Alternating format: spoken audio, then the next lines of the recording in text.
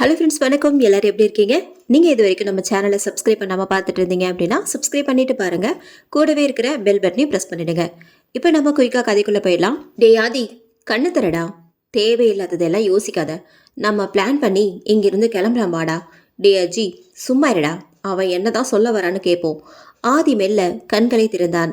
அஜி, ஆதி, தனவேல் மூவரும் சக்தி இன்ஜினியரிங் கல்லூரியில் ஒன்றாக படிப்பவர்கள். ஒரே ஊர், ஒரே பள்ளிக்கூடம் என பிரிக்க முடியாத உயிர் நண்பர்கள். உனக்கு என்னப்பா, நீ நிசாவை ஓகே பண்ணிட்ட. நீயும் அவளும் ஜோடியா வரீங்க. தனாவும் அனிதாவும் சொல்லாமலேயே ஒரு லவ் ஓட்டிட்டு இருக்காங்க. இதுக்கு நடுவில் நான் மட்டும் வந்து என்ன பண்ண போறேன்? அதனால்தான் நம்ம உன் ஃபேவரட் இடமான வால்பாறையில் இருக்கிற நீர்மலைக்கு போகிறோம். அதை இப்போ தானாவோட அப்பா வாங்கிட்டாரு. நீ கடைசியா அங்கே ஒரு பொண்ணை பார்த்தியே, அவளை தான் சொல்கிறேன். உன் ஐசி ஏஞ்சல். மறுபடியும் போய் பார்க்கலாமாடா? அந்த இடத்துக்கு நீங்கள் 2 பேரும் மட்டும் தனியாக போகிறது அவ்வளோ சேஃப் இல்லை. நான் கூட வந்தால் பாதுகாப்பாக இருக்கும். அதுக்காக தான் சொல்கிறேன். இதுதான் உண்மையான காரணம். இப்படி சொல்லிவிட்டு சிரித்து கொண்டிருக்க அஜி மட்டும் எங்களை பார்த்து ஒரு மாதிரி முறைத்தான். நீல்மலை என்ற பெயரை சொன்னதுமே தானாவிற்குள் ஒரு பயம் ஏற்பட்டது. அந்த இடத்தில் நடக்கும் மர்மமான மற்றும் திகிலூட்டும் சம்பவங்களை பற்றி அவளுடைய அப்பா ஏற்கனவே சொல்லியிருந்தார். அதையெல்லாம் நினைத்து பார்த்த தானா மிகுந்த யோசனையில் ஆழ்ந்தான். டே, என்னடா இவ்வளோ ஆழமா யோசிக்கிற?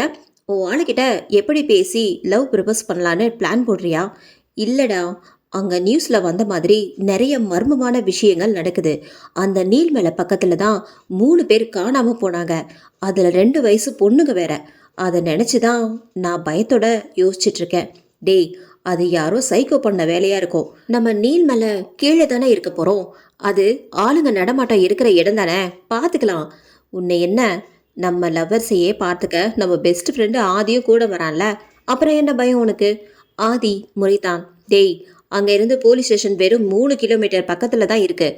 நாம் அங்கே போகிறதுக்குள்ளே அவங்க கண்டிப்பாக அந்த சைக்கோவை பிடிச்சிருப்பாங்க. நம்ம தமிழ்நாடு போலீஸோட வேகம் அப்படி. அப்போ சரி, நண்பன் இருக்கும்போது பயம் ஏன்? வாங்க போவோம். இன்னும் 3 நாள் தான் இருக்குது. நிஷா கிட்டேயும் அனிதா கிட்டேயும் சொல்லிடு, ஓகே? அன்றைய இரவு நேரம் நீல்மலையின் உச்சியில் ஒரு விசித்திரமான வெளிச்சம். அந்த ஒளியை பார்ப்பவர்கள் எவராக இருந்தாலும் காண பொழுதில் மயங்கி விடும் அளவிற்கு அதன் பிரகாசம் இருந்தது. அந்த ஒளியோடு சேர்ந்து எழுந்த ஒரு விசித்திரமான சத்தம் கேட்பவர்கள் எவருக்கும் சொல்லென பயத்தை தந்தது. மழை முழுவதும் பனி பெய்து கொண்டிருந்த அந்த நேரத்தில் அடர்ந்த பனிப்படலத்திற்கு உள்ளே ஒரு உருவம்.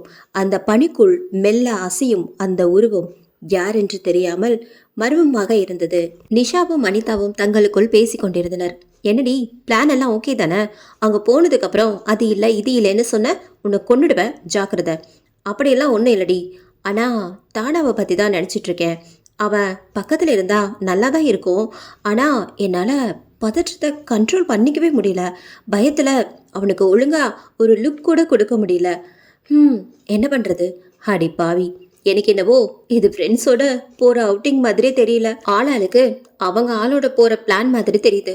அங்கே போய் என்ன ஆக போகுதோ? அனிதா, உன் லவ்வை கொஞ்சமாச்சும் காட்டுடி. இப்படி வெக்கப்பட்டுட்டே இருந்தா அப்புறம் தானாவுக்கு டாட்டா சொல்ல வேண்டியதுதான். இதெல்லாம் பார்க்கும்போது நம்ம ஆதிதான் பாவம், தனியாக வரான். அப்போது திடீரென்று என்னமாக சத்தம்? இன்னும் யாரும் தூங்கலையா என்று ஒரு கொடூரமான குரல் கேட்டது. அனிதா, அச்சோ வாடண்டி, அவ கிடக்குறா, நாளைக்கு அவளை பார்த்துக்கலாம் கடுப்பாக சொன்னாள். பேசாம தூங்குடி. ஓகே ஓகே, தூங்குறேன். நீல்மலையின் அந்த மர்ம இரவு. அதே இரவு நீல்மலையின் உச்சாணி கிளையில் ஒரு இளம்பெண் நடந்து சென்று கொண்டிருந்தாள். அவளது நடையில் ஒருவித உற்சாகம் தெரிந்தது. ஆனால் திடீரென்று அந்த பகுதியை அதிரும் வகையில் ஒரு பயங்கரமான சத்தம் கேட்டது. அந்த சத்தம் அவளது நெஞ்சையே ஒழுக்குவது போல இருந்தது. பயத்தில் அவளால் அலறக்கூட முடியவில்லை. தொண்டை அடித்தது. அந்த நேரத்தில் மலையை சுற்றி இருந்த பனிப்பொழிவு திடீரென அதிகரித்தது. அடர்ந்த பனிக்குள்ளிருந்து ஒரு வெண்ணிற முகம் மெல்ல வெளியே தெரிந்தது. அது ஒரு மனித முகம் போல இல்லை. சாதாரண மனித முகத்தை விட மிக பெரியதாக விகாரமாக இருந்தது. அவள் தன் கண்களால் அந்த உருவத்தை பார்த்தாள். அதன் கண்கள் மனித கண்களை விட பல மடங்கு பெரியதாக பயங்கரமாக மின்னின. பனிக்குள்ளிருந்து மெல்ல வெளியே வந்த அந்த உருவம் அவளை பார்த்து பயங்கரமாக கத்தியது. அந்த அதிர்ச்சியில் அவள் அப்படியே மயங்கி விழுந்தாள். நாளை அந்த பெண் காணாமல் போனவர்களின் பட்டியலில் சேரப்போகிறாள். அவளை காணவில்லை. காணாமல் போன அந்த பெண்ணின் பெயர் மேகலை. அவளுக்கு வயது 17 தான் ஆகிறது. நேரம் ஆகிக் கொண்டே இருக்கிறது. என் பொண்ணு இன்னும் வரலையே என்று அவளுடைய அப்பாவும் அம்மாவும் துடித்து போனார்கள். விடிந்தும் மேகலை வீடு திரும்பாததால் அலறி அடித்துக்கொண்டு அருகில் இருந்த காவல் நிலையத்திற்கு சென்றார்கள். அங்கே எங்க பொண்ணு காணோம், நேத்து ராத்திரி போனவ இன்னும் வரல சார் என்று அழுது கொண்டே புகார் கொடுத்தார்கள். அவளது அம்மா மேகலை எங்கடி போன என்று சொல்லென துயரத்தில் புலம்பி தீர்த்தாள். அந்த பகுதியே சோகத்திலும் ஒருவித மர்மமான பயத்திலும் மூழ்கியது. அதே இரவு நிஷா, அனிதா, அஜி, ஆதி மற்றும் தனவேல் ஆகிய ஐவரும் நீர்மலையை வந்து சேர்ந்தார்கள். ஆமாம், தானாவின் முழு பெயர் தனவேல். அவன் அப்பா நியூ மராலாஜி மீது இருந்த நம்பிக்கையால் தான் அவனுக்கு இந்த பெயரை வைத்தார். அந்த பெயரை சொல்லி யாராவது கிண்டல் செய்தால் தனவேலுக்கு அது பெரும் கொடுமையாக தோன்றும். அவர்கள் மலையை வந்தடைந்த போது இரவு நேரம். ஒருவேளை அவர்கள் பகல் நேரத்தில் வந்திருந்தால் ஒரு காட்சி காத்திருக்கும்.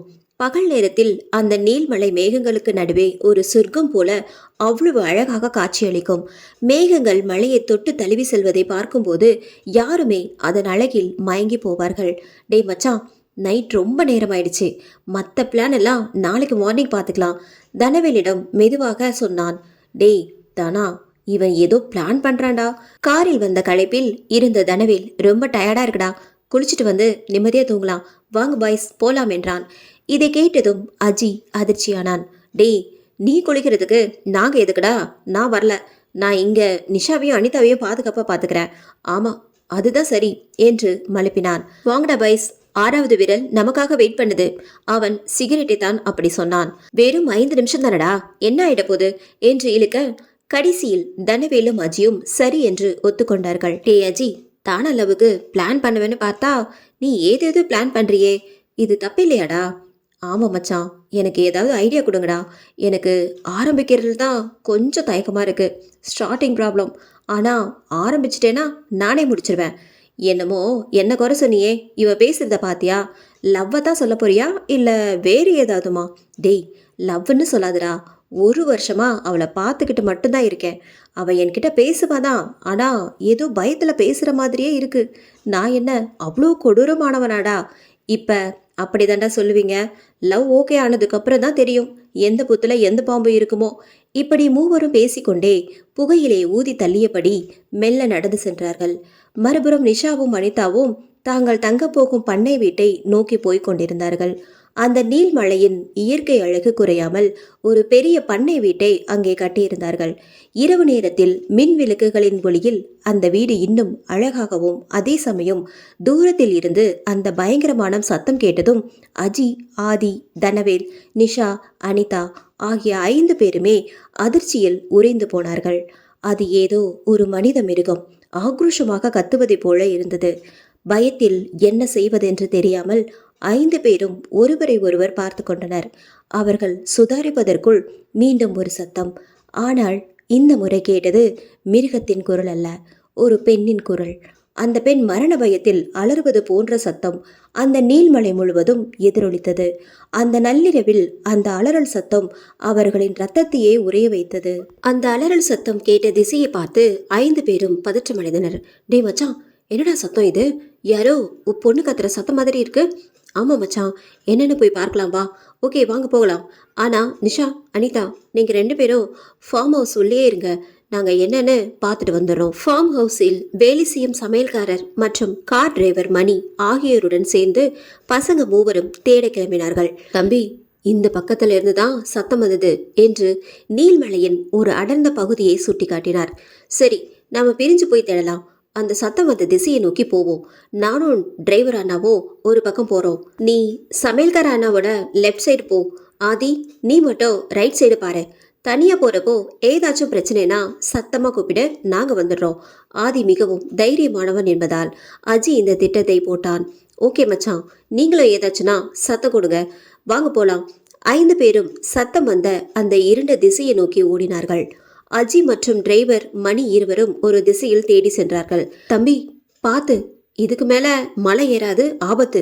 ஏற்கனவே இந்த மலையில நிறைய அமானுஷமான விஷயங்கள் நடக்கிறதா சொல்றாங்க. அதனால ரொம்ப நிதானமா தேடுவோம். அவர்கள் தேடி கொண்டிருக்கும் போதே இருட்டில் ஒரு விசித்திரமான அசைவு தெரிந்தது. அதை பார்த்ததும் அஜி தைரியமாக அந்த உருவத்தை நோக்கி ஓடினான். அதே சமயம் மறுபக்கம் தனவேலும் சமையல்காரர் முருகனும் தேடிக்கொண்டிருந்தனர். தம்பி, இருட்டா இருக்கு, மெதுவா போப்பா என்று முருகன் அண்ணா கூறினார். கவலைப்படாதீங்கண்ணா, என்கிட்ட டார்ச் இருக்கு என்று முன்னே சென்றான். ஆனால் அங்கே எந்த ஒரு விசித்திரமான அசைவும் அவனுக்கு தென்படவில்லை. வலது பக்கம் தனியாக சென்ற ஆதி அவனிடம் ஒரு டார்ச் லைட் இருந்தது. ஆனால் அவன் அதை ஒளிர செய்ய முயன்றபோது அது சரியாக எரியவில்லை. மங்களாக அடித்துவிட்டு அணைந்தது. அப்போதுதான் அந்த பனிமூட்டத்திற்கு நடுவே ஆதிக்கு முன்னால் வந்து நின்றது ஒரு கருப்பு உருவம். ஆதி தனியாக நின்றிருந்த அந்த பனிமூட்டத்திற்கு நடுவே ஒரு கருப்பு உருவம் படுத்திருப்பதை பார்த்தான். அது என்னவென்று சரியாக தெரியவில்லை. சந்தேகம் அவனுக்குள் எழுந்தது. ஆதி தன் கையில் இருந்த டார்ச் லைட்டை போட்டு பார்க்க முயன்றான். ஆனால் அந்த நேரத்தில் பார்த்து அந்த பாழாய் போன டார்ச் லைட் வேலை செய்யவில்லை. அவன் பலமுறை தட்டியும் அது எரியவே இல்லை. அந்த நள்ளிரவு அமைதியில் முன்னால் இருப்பது மனிதனா அல்லது ஏதோ ஒரு மிருகமா என்று தெரியாத நிலையில் அவனுக்குள் பயம் தலைக்கேறியது. இங்கிருந்து ஓடிவிடலாமா என்ற எண்ணம் அவன் மனதில் தோன்றியது. அவனது தைரியம் மெல்ல மெல்ல குறைய ஆரம்பித்தது. கால்கள் நடுங்க தொடங்கின. ஆதி தன் பயத்தை எல்லாம் தூக்கி எறிந்துவிட்டு தைரியத்தை வரவழைத்து கொண்டு அந்த உருவத்தை நோக்கி மெல்ல நடந்தான். அவன் மிக அருகில் சென்ற அந்த சமயத்தில் அதிர்ஷ்டவசமாக அவனது டார்ச் லைட் எரிய தொடங்கியது. டார்ச் வெளிச்சத்தை அந்த உருவத்தின் மேல் அடித்தான். அதை பார்த்ததும் ஆதி அப்படியே அதிர்ச்சியில் உறைந்து போனான். அங்கே கிடப்பது ஒரு பெண். அவனது கண்களுக்கு அவள் ஒரு தேவதையை போல தெரிந்தாள். அவள் வேறு யாருமல்ல, காணாமல் போனதாக சொல்லப்பட்ட அந்த மேகலை தான். மேகலை அங்கே அசைவற்று கிடைப்பதை பார்த்ததும் ஆதி பதற்றத்துடன் அருகில் சென்று அவளை எழுப்ப முயன்றான். நல்ல மயக்கத்தில் இருக்கிறாள் போல் இருக்கிறது என்று நினைத்தவன் தன் நண்பர்களை நோக்கி உரத்த குரலில் கத்தினான். அஜி, தானா, சீக்கிரம் இங்க வாங்கடா. அஜியும் மற்ற மூவரும் ஆதி இருந்த இடத்திற்கு வேகமாக ஓடி வந்தார்கள். அங்கே கிடந்த பெண்ணை பார்த்ததும், மச்சான், ஒரு பொண்ணு கத்துற மாதிரி தானே சத்தம் கேட்டுச்சு, இவ்வளவுதான் இருக்கும், என்னாச்சு இவளுக்கு என்று கேட்டனர். நல்ல மயக்கத்துல இருக்கான்னு நினைக்கிறேன். அஜியும் தனவேலும் ஒன்று சேர இவளை தூக்கிட்டு வாங்கடா, ஃபார்ம் ஹவுஸ் போய் பார்த்துக்கலாம் என்றார்கள். அவர்கள் மேகலையை தூக்கி கொண்டு வேகமாக நடக்க தொடங்கினார்கள். ஹவுஸில் நிஷாவும் அனிதாவும், அதே சமயம் பண்ணை வீட்டிற்குள் நிஷாவும் அனிதாவும் பதற்றத்தில் இருந்தார்கள். என்னடி பண்றாங்க? போய் 10 நிமிஷம் ஆச்சு, ஃபோன் பண்ணி பார்க்கலானா இங்க டவர் வேற சரியா இல்லையே என்று தனக்கு தானே சொல்லி கொண்டு புலம்பினாள். வருவாங்கடி, நம்ம பசங்க ரொம்ப தைரியமானவங்க, பார்த்துப்பாங்க, பயப்படாத என்று சொல்லிக்கொண்டே ஜன்னல் வழியாக வெளியே தெரிந்த அந்த அடர்ந்த இருட்டை பார்த்தபடி நின்றாள். அப்போது மீண்டும் ஒரு விசித்திரமான சத்தம். அது ஏதோ ஒரு மிருகம் கத்துவதை போல இருந்தது. அந்த சத்தம் காதுகளை கிழிப்பது போலவும் ஒருவித அமானுஷ்ய பயத்தை உண்டாக்குவதாகவும் இருந்தது. பண்ணை வீட்டிற்குள் இருந்த நிஷா, அனிதா மற்றும் வெளியே மேகலையை தூக்கி வரும் 5 பேர் என அனைவருமே அந்த சத்தத்தை கேட்டு நடுங்கி போனார்கள். நிச்சயமா இது நல்லதுக்கில்லடி என்று நிஷா கூறினாள். நடப்பதெல்லாம் நன்மைக்கே என்றாள். அனிதா இப்படி பேசியதை பார்த்ததும் நிஷாவுக்கு ஒரு நிமிடம் தூக்கி வாரி போட்டது. என்ன இவ இப்படி பேசுறா என்று அவளை விசித்திரமாக பார்த்தாள். மீண்டும் மழையில் அந்த கொடூரமான சத்தம் அஜி, ஆதி, தனவேல் எல்லோரையும் ஒரு நிமிடம் நிலைகுலைய வைத்தது. வாங்கடா, இங்க இருக்கிறது சரியா படல, இவளை தூக்கிட்டு வேகமா ஃபார்ம் ஹவுஸ்க்கு போவோம். அவர்கள் மேகலையை தூக்கி கொண்டு உயிரை பிடித்து கொண்டு பண்ணை வீட்டை நோக்கி ஓடினார்கள். நீல்மலையின் அடிவாரத்தில் அடுத்தடுத்த சில குடிசை வீடுகள் இருந்தன. அங்கே இருந்த ஒரு டீ கடைக்கு காவலர் வந்து சேர்ந்தார். மருது, அந்த பொண்ணு மேகலை நீல்மலை பக்கம் போச்சுன்னு சொல்றாங்களே, நீ பார்த்த? இல்ல எத்தனை மணிக்கு போனான்னு ஏதாவது தெரியுமா? டீ கடை உரிமையாளர் மருது, ஐயா, அவ நடுராத்திரி போனதை நான் பார்த்தேன். நான் கூட கூப்பிட்டு பார்த்தேன், ஆனா அவ கேட்காத மாதிரி போயிட்டா. எனக்கு தெரிஞ்சு அந்த பொண்ணு யாரையோ லவ் பண்ணிருக்கு. அவன் கூட ஓடி போயிருக்குன்னு நினைக்கிறேன் ஐயா. டேய் மருது, அதை நாங்க கண்டுபிடிச்சுக்கிறோம். ஆனா எனக்கு வேற ஒன்று தோணுது. சிறிது நேரம் அமைதியாக இருந்த காவலர் மீண்டும் தொடர்ந்தார். மலைக்கு கீழே இருக்கிற கிராமத்துல ஏற்கனவே 2 பொண்ணுங்களை காணாம போனாங்க. கடைசியில அவங்களோட கை கால் மட்டும்தான் தனித்தனியா கிடைச்சது. தலையோ உடம்போ இன்னும் கிடைக்கல. இதை செஞ்சவன் இந்த நீல்மலைக்கு வந்து தங்கி இருப்பானோன்னு எனக்கு ஒரு சந்தேகம் இருக்கு. அப்படி பார்த்தாலும் இன்னும் மேகலையோட கை கால் கூட கிடைக்கலையே ஐயா. இருக்கலாம், இல்ல நாம இன்னும் கூட பார்க்காம கூட இருக்கலாம் என்று சொன்னபடி அந்த மலையை பார்த்தவரே டீ குடிக்க ஆரம்பித்தார். மலையில் நடக்கும் அந்த கொடூரம், அதே சமயம் அந்த மலையின் ஒரு பகுதியில் ஒரு நிழல் உருவம் நகர்ந்து கொண்டிருந்தது. அது ஒரு கருப்பு நிற பையை கையில் பிடித்து கொண்டு போய்க் கொண்டிருந்தது. அந்த பையின் உள்ளே இருந்தது ஏதோ ஒன்று துருத்தி கொண்டே இருந்தது. பார்த்தால் அது ஒரு மனித விரல். பண்ணை வீட்டில் நடக்கும் மர்மம். பண்ணை வீட்டின் ஹாலில் மேகலையை ஒரு சோஃபாவில் படுக்க வைத்திருந்தனர். எல்லோரும் அதிர்ச்சியோடு அவளையே பார்த்து கொண்டிருக்க, ஆதி மட்டும் ஒருவித ஏக்கத்தில் சோகமாக அவளையே பார்த்து கொண்டிருந்தான். தம்பி, போலீஸ்க்கு ஃபோன் பண்ணிட்டேன், அவங்க வந்துட்டு இருக்காங்க. ஆனா இந்த பொண்ணு என்ன இப்படி தூங்குது என்று சந்தேகமாக கேட்டார். தூங்கல அண்ணன், மயக்கத்துல இருக்கா. நிஷா, நீ அவளை எழுப்ப பாரு, நாங்க அதுக்குள்ள சமையல் அண்ணா கிட்ட ஒன்று கேட்டுட்டு வரோம் என்று சொல்லிவிட்டு சமையல்காரரை தனியாக கூட்டி சென்றான். நிஷாவும் அனிதாவும் மேகலின் அருகே அமர்ந்தார்கள். அனிதா எப்போதும் போல அமைதியாக நிஷாவுக்கு துணையாக இருந்தாள். அஜய் சமையல்காரரை தனியாக ஒரு மூலைக்கு கூட்டி சென்று ஏதோ ரகசியமாக தீவிரமாக விசாரித்துக் கொண்டிருந்தான். அதே சமயம் தனவேல் டிரைவர் மணியிடம் ஏதோ பேசிக் கொண்டிருந்தான். ஆதிக்கு தன் நெஞ்சுக்குள் ஏதோ பாரமாக இருப்பது போல் உணர்ந்தான். அஜியிடம் பேசலாம் என்று அவன் அருகே போனான். ஆனால் ஆதி வருவதை பார்த்ததும் அஜி தான் பேசிக் கொண்டிருந்த விஷயத்தை உடனடியாக மாற்றிவிட்டு மேகலையை பற்றி பேசுவது போல நடித்தான். அஜி எதையோ மறைக்கிறான் என்பது ஆதிக்கு தெரிந்தாலும் அவன் அதை காட்டிக்கொள்ளவில்லை. அப்போது தனவேலும் அங்கே வந்து சேர்ந்தான். டே மச்சான், அஜி, நான் உன்கிட்ட ஒரு முக்கியமான விஷயம் பேசணுடா என்று ஆரம்பித்தான். அஜியும் ஆதியும் ஒருவரை ஒருவர் பார்த்து கொண்டனர். முதல்ல நீ சொல்லு, இல்ல நான் சொல்லவா என்று ஒரு தயக்கம் அவர்களுக்குள் இருந்தது. இறுதியில் அஜி பேச ஆரம்பித்தான். ஆதி, இங்க என்னென்ன மர்மமான விஷயங்கள்லாம் நடக்குதுன்னு அந்த சமையல் அண்ணா கிட்ட கேட்டேன்டா. இங்க இதுவரைக்கும் நிறைய பேர் காணாம போயிருக்காங்களாம். வினோதமான சத்தங்கள், விசித்திரமான உருவங்களை பார்த்ததா அவரும் சொல்றாரு.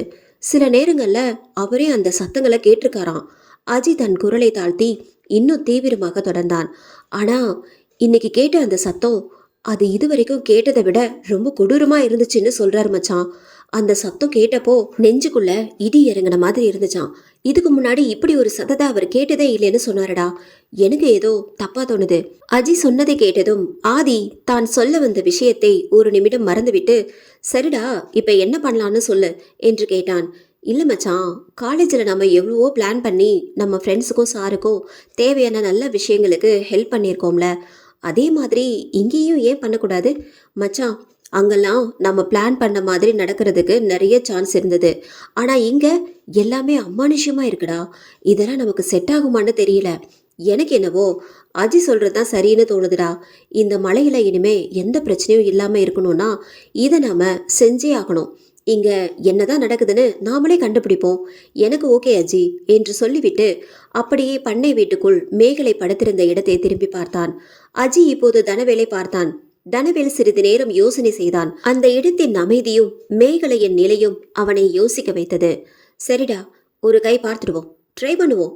அந்த நள்ளிரவில் அந்த மர்மமான பண்ணை வீட்டிற்குள் 3 நண்பர்களும் ஒருவரை ஒருவர் பார்த்து கொண்டனர்.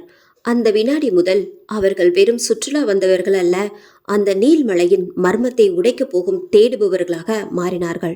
அவர்கள் பேசி கொண்டிருக்கும் போதே அனிதா வேகமாக ஓடி வந்து, டேய், அவன் முடிச்சிட்டா, சீக்கிரம் வாங்க என்று கத்தினார். மூவரும் பதற்றத்துடன் மேகலை இருக்கும் இடத்தை நோக்கி ஓடினார்கள். வெளியே சமையல்காரர் முருகனும் டிரைவர் மணியும் போலீஸ்க்காக காத்து கொண்டிருந்தார்கள். போலீஸ் ஸ்டேஷன் இங்க பக்கத்துல தான் இருக்கு, ஆனா இன்னும் ஆளையே காணோமே என்று கவலையுடன் சொன்னார். நம்ம வர்ற வழியில பார்த்தோமே அண்ணா, மலையில இருந்து ஒரு பஸ் தவறி விழுந்து மரத்துல சிக்கி நிக்குது. நல்ல வேளையா பயணிகள் எல்லாம் சின்ன சின்ன காயத்தோட தப்பிச்சிட்டாங்க. போலீஸ் அங்க உதவி பண்ண போயிருப்பாங்கன்னு நினைக்கிறேன். லேட் ஆனாலும் கண்டிப்பா வந்துருவாங்க. மேகலைக்கும் அந்த 5 நண்பர்களுக்கும் இடையே ஒரு நீண்ட மௌனம். இவள் அவர்களை பார்க்க, இவர்கள் அவளை பார்க்க ஒரு மர்மமான சூழல் நிலவியது. இப்படி ஒருத்தரை பார்த்துக்கிட்டே இருந்தா என்ன அர்த்தம்? என்ன ஆச்சுன்னு கேளுங்கடா. அனிதா, நீ கேளு. திடீரென்று மெகா சீரியல் பாணியில், hi, how are you, my name is Anitha என்று ஆங்கிலத்தில் பந்தாவாக ஆரம்பித்தாள். டேய், இப்ப எதுக்கு இவ இங்கிலீஷ்ல புளிப்பு காட்டுறா? நிஷா, நீயாவது ஒழுங்கா கேளடி. நிஷா பதற்றத்தில் வணக்கம் என்று மட்டும் சொன்னாள். இவர்கள் ஒவ்வொருவரும் ஒரு மாதிரி பேசுவதை பார்த்து ஆதிக்கு கடுப்பானது. நியூஸ் வாசிக்கிறத நிறுத்துங்கடா, நானே கேட்கிறேன், உனக்கு என்னாச்சு? இந்த நேரத்துல ஏன் நீல்மலைக்கு மேல போன? ஏன் அப்படி அலர்ன? ஆனால் மேகலை எதற்கும் பதில் சொல்லவில்லை. அவள் ஆதியை மட்டுமே விசித்திரமாக பார்த்து கொண்டு அமைதியாக அழுதாள். உன் பேரு மேகலையா என்று அஜி கேட்டதும் எல்லோரும் அதிர்ச்சியாகி அவனை பார்த்தார்கள். உனக்கு எப்படி தெரியும் என்பது போல அவர்கள் பார்வை இருந்தது. டேய், அந்த சமையல்கார அண்ணா தான் சொன்னாரு, காணாம போன பொண்ணு பேரு மேகலைன்னு, அதான் கேட்டு பார்த்தேன். மேகலை மெதுவாக ஆமாம் என்பது போல தலையாட்டினாள். அவள் முகம் பயத்தில் வெளிரி போயிருந்தது. அப்போது கதவை யாரோ தட்டும் சத்தம் கேட்டது. எல்லோரும் பயந்து போய் கதவையே பார்த்தார்கள். அஜி மெல்ல எழுந்து போய் கதவை திறந்து பார்த்தான். ஆனால் அங்கே யாருமே இல்லை. அவன் மீண்டும் உள்ளே வரும்போது மறுபடியும் கதவை தட்டும் சத்தம் கேட்டது. பேய் படத்தில் வருவது போலவே இருக்கிறதே என்று நினைத்த அஜி இந்த முறை கதவை திறக்காமல் கதவுக்கு மிக அருகில் சென்று பதுங்கி நின்றான். மீண்டும் சத்தம் கேட்ட அடுத்த நொடி கதவை டக் என்று திறந்தான். வெளியே இருந்த உருவத்தை பார்த்ததும் அஜி அலறினான். அவன் அலறியதை பார்த்து அந்த உருவமும் பயந்து போய் கத்தியது. பார்த்தால் அது போலீஸ்காரர் கணேஷ். அஜியும் பிசி கணேஷும் ஒருவரை ஒருவர் பார்த்து மாறி மாறி கத்திக் கொண்டிருந்தனர். சிறிது நேரத்திற்கு பிறகு பிசி கணேஷ் உள்ளே வந்து மேகலையை பார்த்தார். இவள்தான் கடைசியாக காணாமல் போன மேகலை என்று உறுதி செய்துவிட்டு அவளது பெற்றோருக்கு தகவல் கொடுத்தார். இதையெல்லாம் பார்த்து கொண்டிருந்த ஆதியும் தனவேலும் பயந்து போய் கத்திய அஜியை பார்த்து, என்னடா பெரிய வீரன் மாதிரி போன, இப்ப என்னாச்சு என்பது போல நக்கல் பார்வை பார்த்து சிரித்து கிண்டல் செய்தனர். டேய், முதல்ல போலீஸ் கணேஷ் கதவை தட்டிட்டு மொபைல பைக்கிலேயே விட்டுட்டோமேன்னு போய் எடுத்துட்டு வந்திருக்காரு. அதுக்குள்ள இங்கு ஒரு கோஸ்ட் டிராமாவே நடத்தி முடிச்சாச்சு என்று சொல்லி சிரித்தான். அவன் கத்தும்போது நீ மூச்சியை பார்த்திருக்கணுமே என்று சொல்லி அஜியை செம்மையாக கிண்டல் செய்தான். அஜி அசிங்கப்பட்டதை மறைக்க நினைத்து சற்றென்று பழைய ஞாபகம் வந்தவன் போல, ஆதி நீ ஏதோ சொல்ல வந்தியே, என்னது என்று டாபிக்கை மாற்றினான். ஆமாடா, தனியா வாங்க, நீயும் தானாவும் சொல்றேன். மூவரும் தனியாக ஒரு பக்கம் சென்றனர். நான் போன முறை வந்தப்போ என் ஏஞ்சலை பார்த்தேன்னு சொன்னேல, அவ வேற யாரும் இல்ல என்று சொல்லி முடிவதற்குள் அவ இந்த மேகலை தானே என்று மீண்டும் ஒரு ஷாக் கொடுத்தான். டேய், உனக்கு எப்படிடா? அதுவா, இவன் அவளை பார்த்த பார்வையிலே எனக்கு ஒரு சந்தேகம் இருந்தது. இப்போ அது கன்ஃபார்மும் ஆயிடுச்சு. பெரிய ஷெர்லாக் ஹோம்ஸ் மூளை தான் உனக்கு. சரி போ, இங்க நடக்கிற மர்மத்துல மத்தவங்க எல்லாம் காணாம போயிருக்காங்க, ஆனா இவன் மட்டும் திரும்பி கிடைச்சிருக்கா. ஸோ இவளை வச்சுதான் நம்ம இன்வெஸ்டிகேஷனை ஆரம்பிக்கணும். ஆனா அவ இப்ப ரொம்ப ஷாக்ல இருக்கடா. அவ நார்மல் ஆகணும்னா கொஞ்ச நேரம் அவ பேரண்ட்ஸ் கூட இருக்கட்டும். நாம நாளைக்கு காலையில போய் அவளை பார்க்கலாம். ஆமா தானா, நாம இன்னைக்கு நிறையவே பார்த்துட்டோம். கொஞ்ச நேரம் ரெஸ்ட் எடுப்போம். மிச்ச பிளான் எல்லாம் நாளைக்கு பார்த்துக்கலாம். இதை பாருங்க, இந்த இன்வெஸ்டிகேஷனை பற்றி நிஷாவுக்கும் அனிதாவுக்கும் இப்போதைக்கு தெரிய வேணாம். அவங்க ரிலாக்ஸாக இருக்கட்டும், ஓகேவா? அஜியும் தானாவும் ஒன்று சேர ஓகே என்று ஒத்துக்கொண்டனர். நண்பர்கள் பங்களாவிற்குள் சென்று ஓய்வெடுக்க தயாரான அதே சமயம் நீல்மலையின் மறுபக்கத்தில் ஒரு விசித்திரமான சம்பவம் நடந்து கொண்டிருந்தது. அங்கே மொத்தம் 8 வீடுகள் கொண்ட ஒரு சிறிய குக்கிராமம். அந்த வீடுகளில் ஒன்றிலிருந்து சாந்தி என்ற பெண் மெல்ல வெளியே வந்தாள். சுற்றிலும் யாரும் பார்க்கிறார்களா என்று திருட்டுத்தனமாக பார்த்துவிட்டு அடர்ந்த நீல்மலையை நோக்கி நடக்க தொடங்கினாள். அவள் மனதிற்குள் பல எண்ணங்கள் ஓடின. நான் ஒருத்தரை காதலிப்பேன்னு நினைக்கவே இல்லை. அப்படியே காதலிச்சாலும் அவனுக்காக நடுநிசியில் இந்த நீல்மலைகளை போவேன் என்று சத்தியமாக எதிர்பார்க்கவில்லை. இன்னைக்காவது அவன் கொஞ்சம் கண்ட்ரோலா இருப்பானா என்று நினைத்தபடி நடந்தாள். அந்த கும்மிரட்டில் தூரத்தில் ஒரு சிறிய வெளிச்சம் தெரிந்தது. சாந்தியின் கண்களில் காதலையும் தாண்டி ஒரு விதமான ஆசை தெரிந்தது. அந்த வெளிச்சத்திற்கு அருகே ஒரு உருவம் நின்றிருந்தது. அது அவன்தான், சாந்தி தேடி வந்த அவளது காதலன். இவ்வளோ நேரமா இங்கேயேவா இருந்தீங்க? இந்த இருட்டுல, இந்த ஊத காத்துல தனியாவா என்று கேட்டபடி அவனை நெருங்கினாள். சாந்தி கண்களை மூடி அவனது ஆண்மையை உணர்ந்தாள். ஆனால் அவள் மீண்டும் கண்களை திறந்தபோது உலகம் தலைகீழாக மாறியிருந்தது. சாந்தி ஒருவித மயக்கத்தில் இருந்தாள். மெல்ல கண் விழித்து பார்த்தபோது அவளது கைகளும் கால்களும் பலமாக கட்டப்பட்டிருந்தன. அவளுக்கு முன்னால் அவளது காதலன் ஒரு பெரிய கத்தியுடன் நின்று கொண்டிருந்தான். தன் நிலையை புரிந்து கொண்ட சாந்தி அலறி துடிக்க ஆரம்பித்தாள். வேணா, என்னை விட்டு, ஏன் இப்படி எல்லாம் பண்ற? நான் உன்னை எவ்வளவு காதலிச்சேன்னு உனக்கு தெரியும் தானே, ப்ளீஸ் என்னை விட்டுடு என்று கத்தினாள். ஆனால் அந்த உருவம் அவள் காதலையும் கண்ணீரையும் சற்றும் பொருட்படுத்தவில்லை. அவன் முகத்தில் எந்த சலனமும் இல்லை. அவன் கையில் இருந்த அந்த பெரிய கத்தியை ஓங்கி சாந்தியின் கழுத்தை நோக்கி வீசினான். அடுத்த நொடி ரத்தம் தெறிக்க அவள் கழுத்து துண்டிக்கப்பட்டு விழுந்தது. துடிதுடித்து அடங்கிய அவள் உடலை பார்த்தபடி அவன் நின்று சிரிக்க ஆரம்பித்தான். அந்த சிரிப்பு சாதாரணமாக இல்லை, அது ஒரு அசுர சிரிப்பு. அடர்ந்த அந்த நீல்மலையையே அதிர வைக்கும் அளவுக்கு கொடூரமாய் சிரித்து கொண்டிருந்தான். அந்த 5 நண்பர்களும் தூக்கமில்லாத கண்களுடன் எழுந்தார்கள். ஜன்னல் வழியாக வெளியே தெரிந்த அந்த அடர்ந்த காடு அவர்களுக்கு ஒரு எச்சரிக்கையை விடுப்பது போல இருந்தது. தன் டைரியில எதையோ குறித்து கொண்டே, இந்த நீல்மலையில நடக்கிறது வெறும் கொலைகள் மட்டும் இல்லடா, இது ஒரு சைக்கோவோட வேட்டை. அவன் ஒரு பேய் மாதிரி ஒளிஞ்சு நின்று தாக்குறான். நேத்து ராத்திரி அந்த சிரிப்பு சத்தம் அது என் மண்டைக்குள்ளேயே கேட்டுட்டே இருக்குடா. நாம இன்னைக்கு அந்த இடத்துக்கு போயே ஆகணும். போலீஸ் அந்த பஸ் விபத்துல பிஸியா இருக்கிற கேப்ல நாம நம்ம வேலையை ஆரம்பிப்போம். ஆனா ஒண்ணு, இது ஆபத்தான விளையாட்டு. அந்த கொடூரமான இரவுக்கு பிறகு நீல்மலையின் காலை பொழுது ஒரு அழகான மாயாஜாலத்தை போல தொடங்கியது. மழையை சுற்றி இருந்த பனிமூட்டம் மெல்ல விலக, பச்சை பசேல் என்ற தேயிலை தோட்டங்களும் சில்லென்ற காற்றும் நண்பர்களின் மன அழுத்தத்தை ஒரு நிமிடம் மறக்க செய்தன. அந்த பேரழகை ரசித்தபடி அவர்கள் இப்போது ஒரு முக்கியமான முடிவை எடுத்தார்கள். நிஷாவும் அனிதாவும் இந்த இடத்தின் கலாச்சாரத்தை பார்க்க விரும்பி பழங்குடி மக்கள் வாழும் இடத்தை பார்க்க கிளம்பினார்கள். அவர்களுக்கு பாதுகாப்பாகவும் துணையாகவும் தனவேல் அவர்களுடன் சென்றான். மறுபக்கம் ஆதியும் அஜியும் தங்கள் இன்வெஸ்டிகேஷனை 2 திசைகளில் பிரிக்க திட்டமிட்டார்கள். அஜி, நீ அந்த மருதூர டீ கடைக்கு போ. அங்க இருக்கிறவங்க கிட்ட பேச்சு கொடுத்து இந்த மர்மங்கள் எல்லாம் எப்போ எங்க ஸ்டார்ட் ஆச்சுன்னு டீட்டெயில்ஸ் எடு. நான் மேகலை வீட்டுக்கு போய் அவளை பார்த்துட்டு பேசிட்டு வரேன். சரிடா. ஆனா டீ கடைன்னு எடுத்துக்கிட்டா ஒரு விஷயம் 2 ஆகும், 2 விஷயம் 200 ஆகும். அவங்க சொல்றதுல எவ்வளோ உண்மை இருக்கும்னு தெரியலையே. அதுவும் மேகலை இப்போ என்ன நிலைமையில இருக்கான்னு கூட நமக்கு தெரியாது. நமக்கு ரொம்ப தெளிவான விவரங்கள் வேணுமேடா. சிறு புன்னகையோடு, அதை பற்றி கவலைப்படாத மச்சான், அதுக்கும் என்கிட்ட ஒரு பிளான் இருக்கு. நாம் முதல்ல வேலையை ஆரம்பிப்போம். ஆதி மேகலையின் வீட்டை நோக்கி நடந்தான். அந்த பகுதி பார்ப்பதுக்கே ஒருவித கவிதை போல அழகாக இருந்தது. இலைகளின் மேல் பனித்துளிகள் வைரங்களைப் போல மின்னிக் கொண்டிருந்தன. அங்கொன்றும் இங்கொன்றுமாக இருந்த வீடுகளை கடந்து மேகலையின் வீட்டை அடைந்தான். அது ஒரு சிறிய வீடுதான், ஆனால் அமைதியாக இருந்தது. மேகலையின் அம்மா ஆதியை பார்த்ததும் முகத்தில் ஒரு மெல்லிய மகிழ்ச்சியோடு வரவேற்றார். வாப்பா, நீங்க தானே நேத்து என் பொண்ணை காப்பாத்தினது, ரொம்ப நன்றிப்பா என்றார் நெகிழ்ச்சியுடன். ஆதி சங்கடத்துடன் தலையாட்டி விட்டு, பரவாயில்லங்க, இப்போ மேகலை எப்படி இருக்காங்க? மேகலையின் அம்மா இப்போ கொஞ்சம் பரவாயில்லப்பா, ஆனா எதையோ பார்த்து ரொம்ப பயந்துருக்கா போல. அதான் இப்போ சாமி கிட்ட கூட்டிட்டு போயிருக்காங்க. அங்க ஒரு மந்திரிப்பு முடிஞ்சா சரியாயிடும்னு நினைக்கிறேன். சரிங்க, இது என் மொபைல் நம்பர். அவளுக்கு நினைவு வந்து பேச ஆரம்பிச்சா எனக்கு ஒரு ஃபோன் பண்ணுங்க. போலீஸ் வந்து எதுவும் கேட்டாங்களா? நிறைய கேட்டாங்கப்பா, ஆனா இவ பேசவே மாட்டேங்கிறா. அதான் சாயங்காலம் வர்றதா சொல்லிட்டு போயிருக்காங்க. ஆதிக்கு மேகலையை பார்க்க வேண்டும் என்ற ஆசையாக இருந்தாலும் இது அதற்குரிய நேரமில்லை என்பதை உணர்ந்து அஜிக்கு ஃபோன் செய்துவிட்டு அவன் இருந்த இடத்தை நோக்கி போனான். அஜி டீ கடையில் உட்கார்ந்து மருதுவிடம் ஊர்க்கதைகளை அலசி கொண்டிருந்தான்.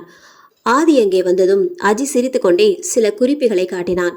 டே ஆதி, இந்த ஊர் மக்கள் சொல்ற கதையை கேட்டா சிரிப்பா இருக்குடா, ஆனா இதுல சில விஷயங்கள் ரொம்ப முக்கியமானதா தெரியுது. எல்லாத்தையும் கேட்டுட்டேன், இதோ பாரு. அஜி குறித்து வைத்திருந்த தகவல்களில் சில வேடிக்கையாக இருந்தாலும் அதன் பின்னால் ஒரு பயங்கரமான உண்மை ஒளிந்திருப்பது போல ஆதிக்கு தோன்றியது. சிலர் இது காட்டு சாமியோட வேலைங்கிறாங்க, சிலர் இது மனுஷங்க வேலைங்கிறாங்க. ஆனா ஒரு விஷயம் பொதுவா இருக்கு, எல்லோரும் ஒரு கருப்பு உருவத்தை பத்தி சொல்றாங்க. ஆதியும் அஜியும் அந்த பகுதியிலுள்ள உள்ளூர் மக்களிடம் பேச்சு கொடுக்க தொடங்கினார்கள். டே ஆதி, இதுதான் உன் பிளானா? ஊர்ல இருக்கிற எல்லாரையும் விசாரிப்பியா? நல்ல பிளான் போ என்று கிண்டல் செய்தான். ஒர்க் ஆகுண்டா, வாடா என்று சொல்லிக்கொண்டு ஒவ்வொருவராக பிடித்து கேட்டான். அப்போது அவர்கள் சுமார் 60 அல்லது 70 வயது மதிக்கத்தக்க ஒரு பாட்டியை சந்தித்தார்கள். அந்த பாட்டி சொன்ன விஷயம் அவர்களை அதிர வைத்தது. ராசா, எனக்கு தெரிஞ்சு இதெல்லாம் ஒரு 10 மாசமா தான் நடக்குது. மலைக்கு மேல உச்சியில ஒரு வெளிச்சம் தெரியும். நான் கூட முதல்ல தீ பிடிச்சிருச்சோன்னு நினைச்சேன். ஆனா அது ஏதோ கோடு போட்ட மாதிரி ஒரு விசித்திரமான வெளிச்சம். அந்த வெளிச்சம் தெரிஞ்ச அடுத்த நாள் யாராவது காணாம போயிடுறாங்க. இங்க பொண்ணுங்க மட்டும் இல்லப்பா, பசங்களும் காணாம போயிருக்காங்க. ஏன், பறவைகள், ஆடு, கோழி, நாய் கூட காணாம போயிருக்கு. ஆனா அதை யாரும் கவனிக்கல. இன்னும் யார் யாரெல்லாம் பலியாக போறாங்களோ என்று வருத்தத்துடன் சொன்னாள். பாட்டி சொன்னதை கேட்டு ஆதியும் அஜியும் ஒரு நிமிடம் உறைந்து போனார்கள். மச்சான், இது கொஞ்சம் வித்தியாசமா இருக்குல்ல? மெதுவான குரலில் சொன்னான். ஆமா மச்சான், இந்த கிழவிக்கு கஞ்சா கிக்ல என்னென்னமோ சொல்லுதுன்னு நினைக்கிறேன். பாத்தியா? டேய், அவங்க சொல்றதுல உண்மை இருக்கிற மாதிரி தான் இருக்குடா. டேய், மனுஷங்க காணாம போறாங்கன்னா சரி, இந்த ஆடு, கோழி, நாய் எல்லாம் காணாம போகுதுன்னு சொல்றாங்களே, அதை வச்சு அவன் என்ன பண்ண போறான்? ஒருவேளை பலி கொடுக்கிற வேலையா இருக்குமோ? அப்படி இருந்தா அந்த உடம்போட பாகம் எல்லாம் எங்காவது கிடைச்சிருக்கணுமேடா என்று யோசித்தான். சிறிது நேர யோசனைக்கு பிறகு ஆதி ஒரு அதிரடி முடிவை எடுத்தான். இது உண்மையான பார்க்க ஒரே வழிதான் இருக்கு. இன்னைக்கு சாயங்காலம் நாம அந்த நீல்மலை உச்சிக்கு போறோம். இதை கேட்டதும் அஜி அப்படியே ஷாக் ஆனான். ஐயோ மச்சான், இதுதான் நீ இது வரைக்கும் பண்ணதுலே ரொம்ப தவறான விஷயம்டா. பேசாம ஒரு டீயை குடிச்சிட்டு பங்களாவுக்கு போயிடலாம்டா ப்ளீஸ் என்று காமெடியாக கெஞ்சினான். நிஷா, தனவேல் மற்றும் அனிதா நின்றிருந்த அந்த இடம் ஒரு காலத்தில் சிரிப்பு சத்தங்களாலும் பழங்குடி மக்களின் வழிபாட்டு பாடல்களாலும் நிறைந்திருந்த ஒரு அழகான மலைச்சரிவு. ஆனால் இப்போது அது ஒரு சுடுகாடு போல நிசப்தமாக இருந்தது. 15 ஆண்டுகளுக்கு முன்பு நடந்த நிலச்சரிவு அந்த பழங்குடி கிராமத்தையே சிதைத்திருந்தது. உயிருடன் தப்பியவர்கள் இடம்பெயர்ந்து செல்ல இப்போது அங்கே எஞ்சியிருப்பது இடிந்த வீடுகளும் நிசப்தமும் மட்டுமே. அங்கே சென்ற நிஷாவுக்கும் தனவேலுக்கும் ஒருவித பயம் இருந்தாலும் அனிதா மட்டும் ஏதோ ஒரு இனம் புரியாத உணர்வில் இருந்தாள். ஏப்பா, இங்க வந்து சுத்தி பார்க்க என்ன இருக்கு? இதை விட நல்ல வியூ பாயிண்ட் எவ்வளவோ இருக்கே என்றான் அழுப்புடன். டேய், இது ஏன் பிளான் இல்லடா, உன் லவ்வர் அனிதாவோட பிளான். தனவேல் உடனே சுதாரித்து கொண்டு, ஓ அதான பார்த்தேன், வாவ் செம்ம பிளேஸ்பா. அனிதா, நீ செலக்ட் பண்ணா கரெக்டா தான் இருக்கும் என்று ஐஸ் வைத்தான். ஆனால் அனிதா அவன் பேச்சை கவனிப்பதாகவே தெரியவில்லை. அவளது பார்வையும் நடத்தையும் வழக்கத்திற்கு மாறாக விசித்திரமாக இருப்பதை நிஷா கவனித்துக் குழுமினாள். திடீரென்று அனிதா கதறி அழத் தொடங்கினாள். நிஷா பயத்தில் உறைந்து போக தனவேல் பதறிக்கொண்டு ஓடி வந்தான். அனிதா, என்னாச்சு? ஏதாவது அடிபட்டுச்சா என்று அவளை பிடிக்க போனான். ஆனால் அனிதாவின் கண்கள் மேலே சொருகி இருந்தன.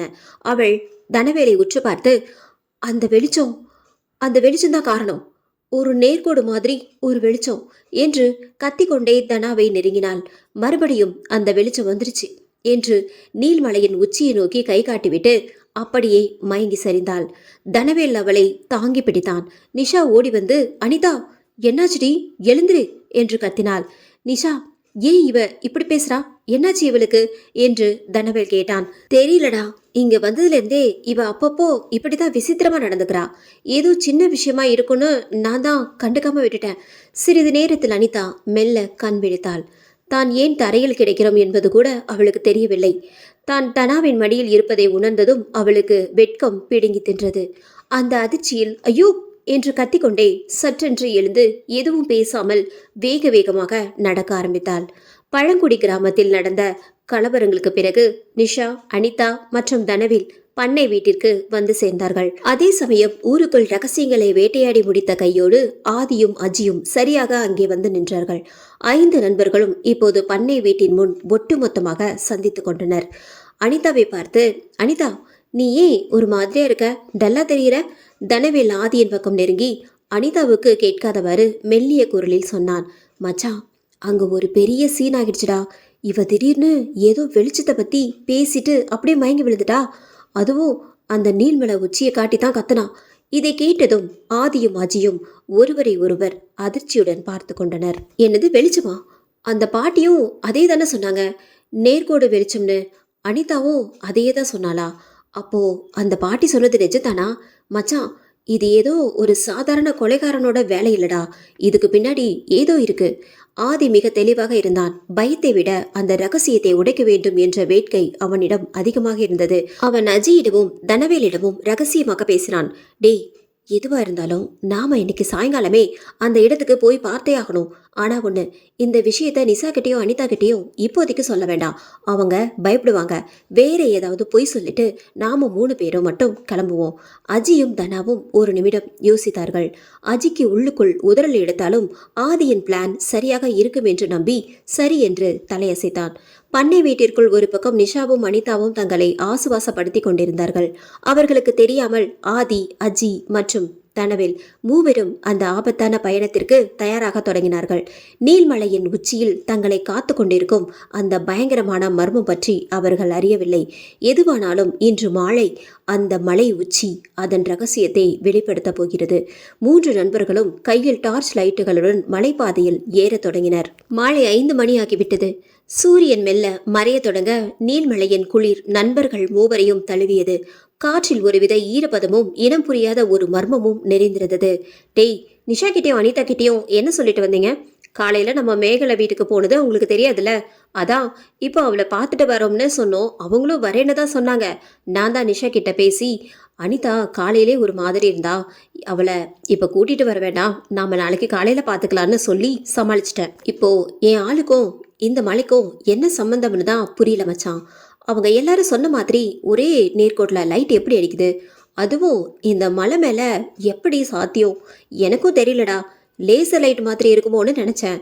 ஆனா எல்லாரும் பார்க்கிற மாதிரி அவ்வளோ பெரிய கோடு வரணும்னா அது சாதாரண விஷயம் இல்ல. மலை மேல போனதான் உண்மை என்னன்னு தெரியும். மூவரும் மலையின் பாதி தூரத்தை கடந்து வந்தனர். மாலை நேரம் என்பதால் பனிமூட்டமாக மாறத் தொடங்கியது. ஆனால் அந்த பனி இதமானதாக இல்லை.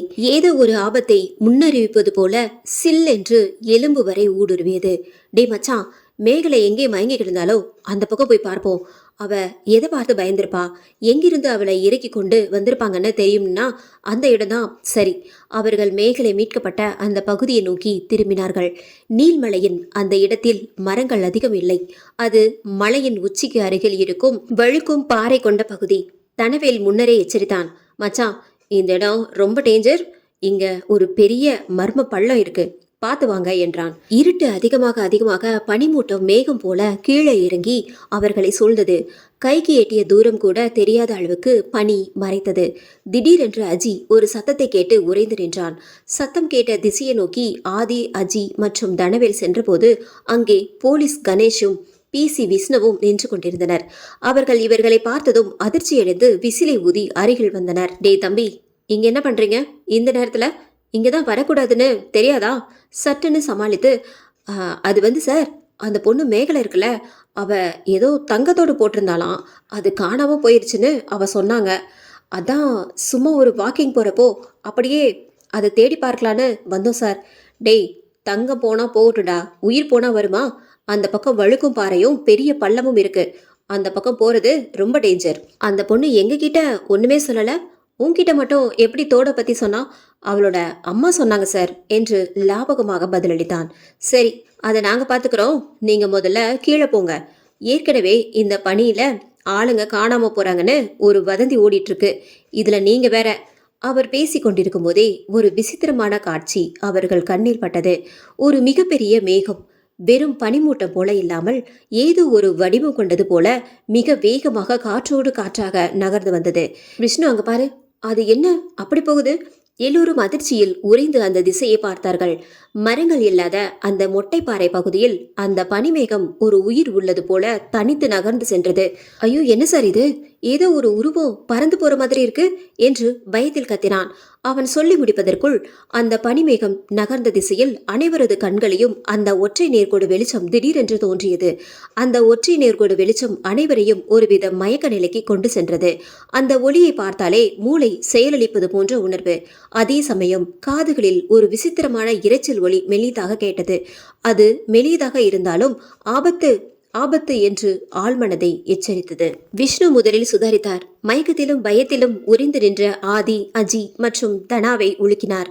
டேய், நிக்காதீங்க, சீக்கிரம் ஓடுங்க. அவர்கள் கீழே இறங்கி செல்லும் பாதையில் அந்த விசித்திரமான பனிமேகம் வழிமறித்து நின்றது. வேறு வழியின்றி அந்த ஆபத்தான வழுக்கும் பாறை இருக்கும் மலை உச்சியை நோக்கி அனைவரும் ஓடினார்கள். விஷ்ணு, இப்படி உச்சிக்கு ஓடுறது சரியா படலையே என்று கத்தினார். ஆனால் பயத்தில் யாருடைய கால்களும் நிற்கவில்லை. சிறிது தூரம் ஓடியதும் விஷ்ணு சொன்னார், கணேஷ், நம்ம முன்னாடி போய் வழி சேஃபா இருக்கான்னு பார்க்கிறோம். தம்பிங்களா, நீங்க எங்களுக்கு பின்னாடியே வாங்க. ஆதி, அஜி மற்றும் தனவேல் ஒரு நிமிடம் அந்த பனிமேகத்தை பார்த்தார்கள். அங்கே ஒரு அதிர்ச்சி காத்திருந்தது. அந்த பெரிய பனிமேகம் இப்போது இரண்டாக பிரிந்தது. ஒன்று மிக வேகமாக மலை உச்சிக்கு செல்ல, இன்னொன்று மிகவும் மெதுவாக யாரோ நடந்து போவது போல மலையின் கீழே இறங்கியது. ஐயோ, அந்த மேகத்தை பாருங்களேன். உடனடியாக முடிவெடுத்து, மச்சான், நாம மேலே போக வேணாம், அங்க பாறை வழுக்கும், இருட்டும் அதிகமாயிடுச்சு. அந்த மேகம் நம்ம பண்ணை வீட்டை நோக்கி தான் போகுது. அங்க நிஷாவும் அனிதாவும் தனியா இருக்காங்க. நம்ம கீழே போய் அதை உடனே ஃபாலோ பண்ணுவோம், வாங்க. தனவேல், ஆனா அந்த போலீஸ்காரங்க மேலே போயிட்டாங்களே, அவங்க எப்படி திரும்பி வருவாங்க? டி, அந்த பெரிய மேகம் தான் உச்சிக்கு போயிருக்கு. போலீஸ்காரங்க அதுக்கு கீழே தான் பாதுகாப்பா இருப்பாங்க. அவங்களுக்கு ஏதாவது ஆபத்துனா அவங்க கீழே வர்றதுக்கு வேற வழிகள் இருக்கு. ஆனா இந்த சின்ன மேகம் நம்ம ஃபார்ம் ஹவுஸ் நோக்கி போயிட்டு இருக்கு. அங்க நிஷாவும் அனிதாவும் தனியா இருக்காங்க. அதுதான் இப்போ பெரிய பிரச்சனை. அவங்க ஃபார்ம் ஹவுஸ் வந்துடுவாங்க. இப்போ அனிதா நிஷாவை காப்பாற்றணும். ஓடுங்க. மூவரும் அந்த பனிமேகத்தை பின்தொடர்ந்து இருட்டில் மலையிலிருந்து கீழே குதித்து ஓடத் தொடங்கினார்கள். இருள் அடர்ந்து விட்டதால் அவர்கள் கையில் இருந்த டார்ச் லைட் வெளிச்சம் அந்த பனிமூட்டத்தை கிழித்து கொண்டு முன்னேற அவர்களுக்கு உதவியது. ஆதியும் அஜியும் மூச்சிறைக்க ஓடி வந்தபோது தனவேல் தூரத்திலேயே நிஷா வாசலில் நிற்பதை பார்த்து விட்டான். நிஷா, உள்ள போடி, உள்ள போ என்று கத்தினான். அவர்கள் நெருங்க நெருங்க அந்த பனிமேகம் மெல்ல கரைய தொடங்கியது. ஆனால் அது முழுமையாக மறையவில்லை. அந்த பனி புகைக்குள் இருந்து ஒரு உருவம் வெளிப்பட்டது. சாதாரண மனிதனை விட பெரிய உருவம். கைகள் வழக்கத்திற்கு மாறாக மிக நீளமாக இருந்தன. அது நிஷாவை நோக்கி நகர்ந்தது. அப்போது அனிதா பண்ணை வீட்டுக்குள் இருந்து கையில் சிகரெட் லைட்டருடன் வெளியே பாய்ந்து வந்தாள். நிஷா நின்றிருந்த இடத்திற்கு அருகில் ஏற்கனவே கேம்ப் ஃபயருக்காக விறகுகள் அடுக்கி வைக்கப்பட்டிருந்தன. ஆதி, தனா, அஜி மூவரும் ஓடி வந்தாலும் அஜியால் தொடர்ந்து ஓட முடியவில்லை. மூச்சு முட்டியது. ஆனாலும் தன் தோழிகளை காப்பாற்ற வேண்டும் என்ற வேகத்தில் முன்னேறினான். அந்த உருவம் நிஷாவை நெருங்கிய போது அனிதாவும் அங்கு வந்து சேர்ந்தாள். இப்போது அவர்கள் அந்த உருவத்தை நேருக்கு நேர் பார்த்தார்கள். அதன் முகம் விகாரமாக இருந்தது. கண்கள் பெரியதாக இருந்தன. ஆனால் அது அவர்களை வேட்டையாட வருவது போல தெரியவில்லை. ஏதோ ஒரு வெறியில் இருப்பது போல இருந்தது. அது தன் வாயை பிளந்து பயங்கரமாக கத்தியது. நிஷா பயத்தில் நிலை குலைந்து போனாள். அந்த உருவம் தன் நீண்ட கையை நீட்டிய போது அனிதா மின்னல் வேகத்தில் செயல்பட்டாள். அங்கிருந்த விறகுகள் மேல் ஏற்கனவே பெட்ரோல் ஊற்றப்பட்டிருந்தது போல தெரிந்தது. அனிதா தன் கையில் இருந்த லைட்டரை உரசி விறகின் மேல் வீசினாள். திக்கென்று தீப்பிடித்துக் கொண்டது. நெருப்பு கொழுந்துவிட்டு எரிய அனிதாவுக்கும் நிஷாவுக்கும் அந்த உருவத்திற்கும் இடையே ஒரு நெருப்பு திரை உருவானது. அனிதா அங்கிருந்து 2 பெரிய தீப்பந்தம் போன்ற கட்டைகளை ஆதி, அஜி மற்றும் தனா இருக்கும் திசையை நோக்கி தூக்கி வீசினாள். அஜி, அந்த உருவத்துக்கு பின்னாடி இருக்கிற கட்டையிலையும் பெட்ரோல் இருக்கு, அதை பத்த வைங்க. நெருப்பு தான் இதோட வீக் பாயிண்ட். அனிதா சொன்னதை கேட்டதும் அஜி, தனா மற்றும் ஆதி ஆளுக்கு ஒரு கட்டையை எடுத்து நெருப்பை பற்ற வைத்தனர். மூச்சிறைக்க அந்த உருவத்தை சூழ்ந்து நின்றனர்.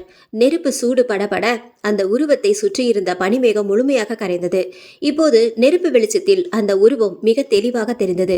நெருப்பின் வெளிச்சத்தில் அந்த உருவத்தை பார்த்தபோது அது இன்னும் கோரமாக காட்சியளித்தது.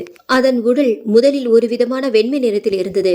ஆனால் நெருப்பு அதன் மேல் பட்ட இடங்களில் அந்த வெண்மை கருகி கருப்பு வெள்ளையும் கலந்த ஒரு விகாரமான நிறமாக மாறியிருந்தது.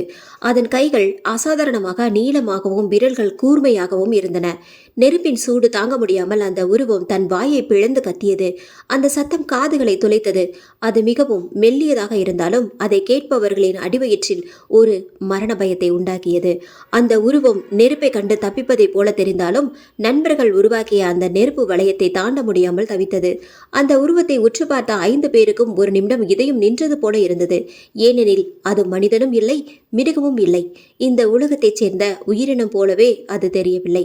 நெருப்பை அது மேல போடுங்கடா என்று கத்தினான். அனைவரும் எரியும் கட்டைகளை அதன் மேல் வீசினார்கள். நெருப்பு பட்ட இடத்தில் அந்த உருவத்தின் தசை கிழிந்து ரத்தம் தெரித்தது. ஆனால் அது சிவப்பான ரத்தம் இல்லை, தார் போல கருப்பாக ஒரு கொழுப்பு திரவம் போல இருந்தது. அப்போது மலையின் மேல் இருந்து விஷ்ணுவும் கணேஷும் மரண பயத்தில் கீழே ஓடி வந்தார்கள். விஷ்ணுதான் முன்னால் ஓடி வந்தார். அதே சமயம் நீல்மலையின் உச்சியிலிருந்து அந்த நேர்கோடு வெளிச்சம் மின்னல் வேகத்தில் பாய்ந்து வந்து அந்த உருவத்தின் மேல் விழுந்தது. தம்பி, தப்பிச்சு ஓடுங்கடா என்று கத்திக்கொண்டே இவர்களை நோக்கி வந்தார். அந்த வெளிச்சம் அந்த விகார உருவத்தை அப்படியே மேலே இழுக்க ஆரம்பித்தது. அஜியும் தனாவும் பயத்தில் பின்வாங்கினார்கள். ஆனால் அந்த உருவத்திலிருந்து தெரித்த கருப்பு ரத்தம் ஓடி வந்த விஷ்ணுவின் மேல் பட்டது. அடுத்த நொடியே விஷ்ணுவின் உடல் ஆசிட் ஊற்றியது போலவே புகையோடு கருகி போனது. அதை பார்த்த கணேஷ் பதறி போய் பின்னால் விழுந்தார். இந்த கொடூரத்தை கண்ட 5 நண்பர்களும் அதிர்ச்சியில் உறைந்து போயினர். அங்கே என்ன நடக்கிறது என்றே அவர்களுக்கு புரியவில்லை. ஆதி, அஜி, தனா மற்றும் நிஷா ஆகிய 4 பேரும் இப்போது மெல்ல திரும்பி அனிதாவை பார்த்தார்கள். அவளுக்கு எப்படி இது நெருப்புக்கு அடிபடியும் என்று தெரிந்தது? அவள் எப்படி இவ்வளவு துணிச்சலாக செயல்படுகிறாள்? அனிதா சொன்ன அந்த வார்த்தைகள் இருந்தவர்களை உறைய வைத்தது. இது இன்னும் முடியல, அது மறுபடியும் வரும் என்று சொல்லிவிட்டு நீல்மலையின் உச்சியை ஒருவித தீர்க்கமான பார்வையோடு பார்த்தாள். போலீஸ் கணேஷ் தன் நண்பன் விஷ்ணுவை இழந்த அதிர்ச்சியிலும் கண்ணெதிரே நடந்த அந்த விசித்திரமான சம்பவத்தை பார்த்த குழப்பத்திலும் செய்வதறியாது நின்றார். உங்ககிட்ட நிறைய சொல்ல வேண்டியது இருக்கு, இங்க நிக்க வேண்டாம், வாங்க பண்ண வீட்டுக்கு போகலாம் என்றாள். அனைவரும் பயத்தோடு அந்த நீல்மலையை திரும்பி பார்த்தனர். அவர்களின் முகத்தில் மரண பயம் அப்பட்டமாக தெரிந்தது. அதை பார்த்த அனிதா அவங்க அந்த மலையை மறைச்சி வர்றதை பார்த்து, நீங்க யாரும் பயப்பட வேண்டாம், இப்போதைக்கு அது வராது என்று மிகவும் உறுதியாக சொன்னாள். அவளுக்கு எப்படி இவ்வளவு உறுதியாக தெரிகிறது என்ற கேள்விகள் அனைவர் மனதிலும் ஓடியது. அனைவரும் அனிதாவை ஆச்சரியமாக பார்க்க, முதல்ல அந்த உருவம் என்னன்னே எனக்கு தெரியாது. ஆனா அந்த பழங்குடி மக்கள் இருக்கிற இடத்துக்கு போயிட்டு வந்ததுல இருந்து எனக்குள்ள ஏதோ மாற்றம் தெரிஞ்சது. நானே அங்க இருந்தது மாதிரியும் அந்த நேர்கோடு வெளிச்சத்தை பார்த்த மாதிரியும் ஒரு உணர்வு. அந்த உருவத்துக்கு நெருப்பு ஆகாதுன்னு எனக்குள்ளே ஒரு குரல் கேட்டுக்கிட்டே இருந்தது என்று சொல்லி மௌனமானாள்.